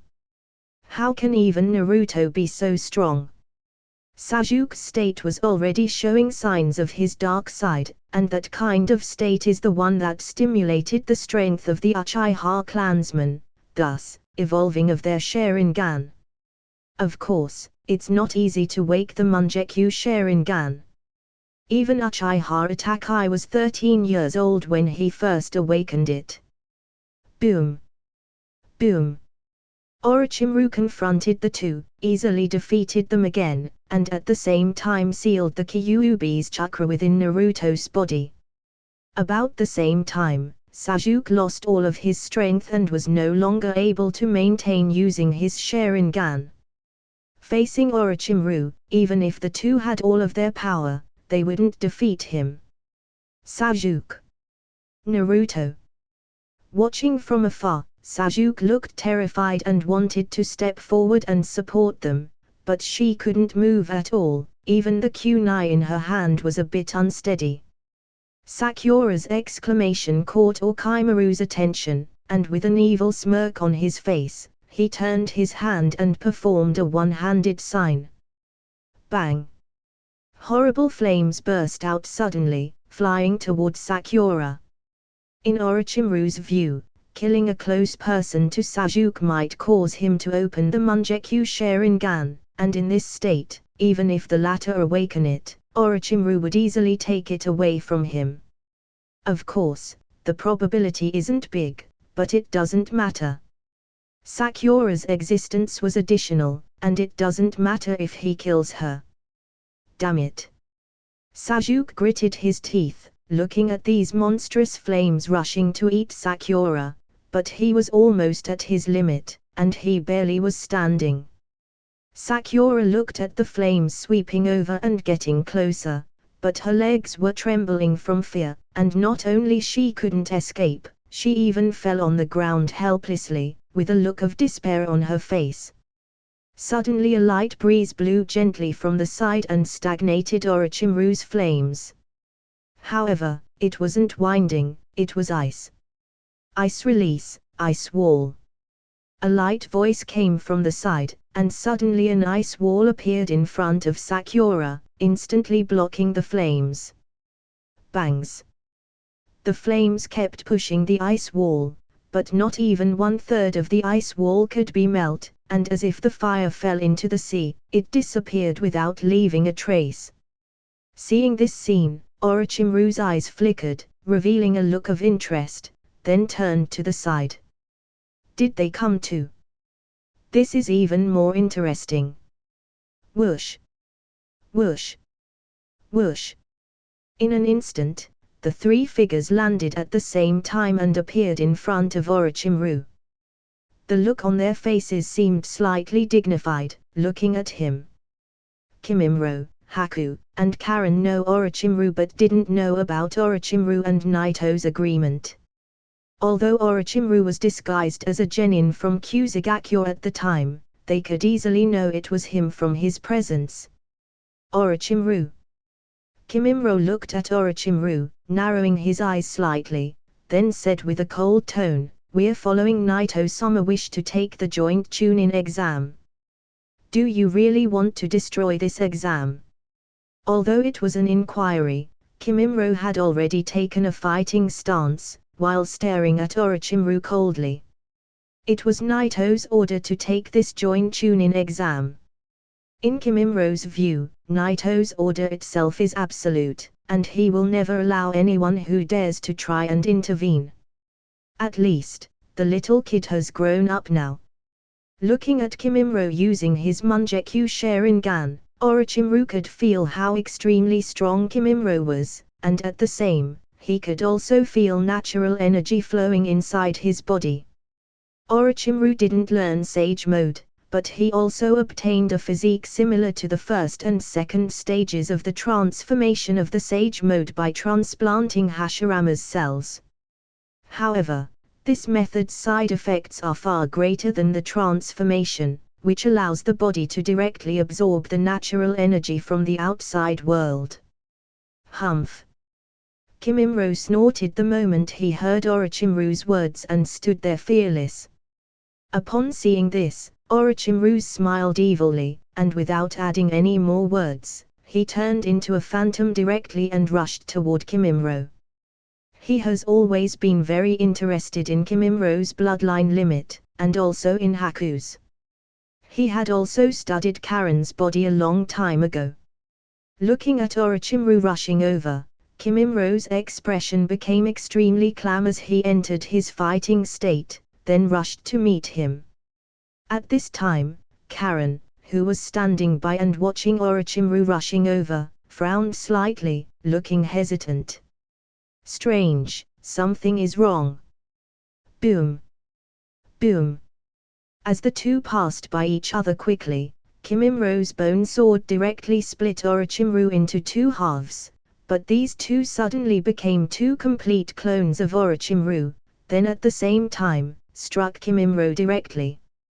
Kimimaro blocked it with his bones and avoided being injured. He landed then steadily in the distance, with a strange expression on his face. Genjutsu? No. Looking at Orochimaru's eyes, Kimimaro already knew that these were the same eyes as attack eyes. The one that gives special abilities. However, the power of Orochimaru's special ability seems like it doesn't have anything to do with Genjutsu. His true body is there. At this time, Karen, who has been focusing his perceptual ability on finding him, suddenly pointed in one direction. That's it for this video, guy. Hope you like the video. Like, share and subscribe the channel. Also tell me your recommendations in the comment section down below. Thanks for watching.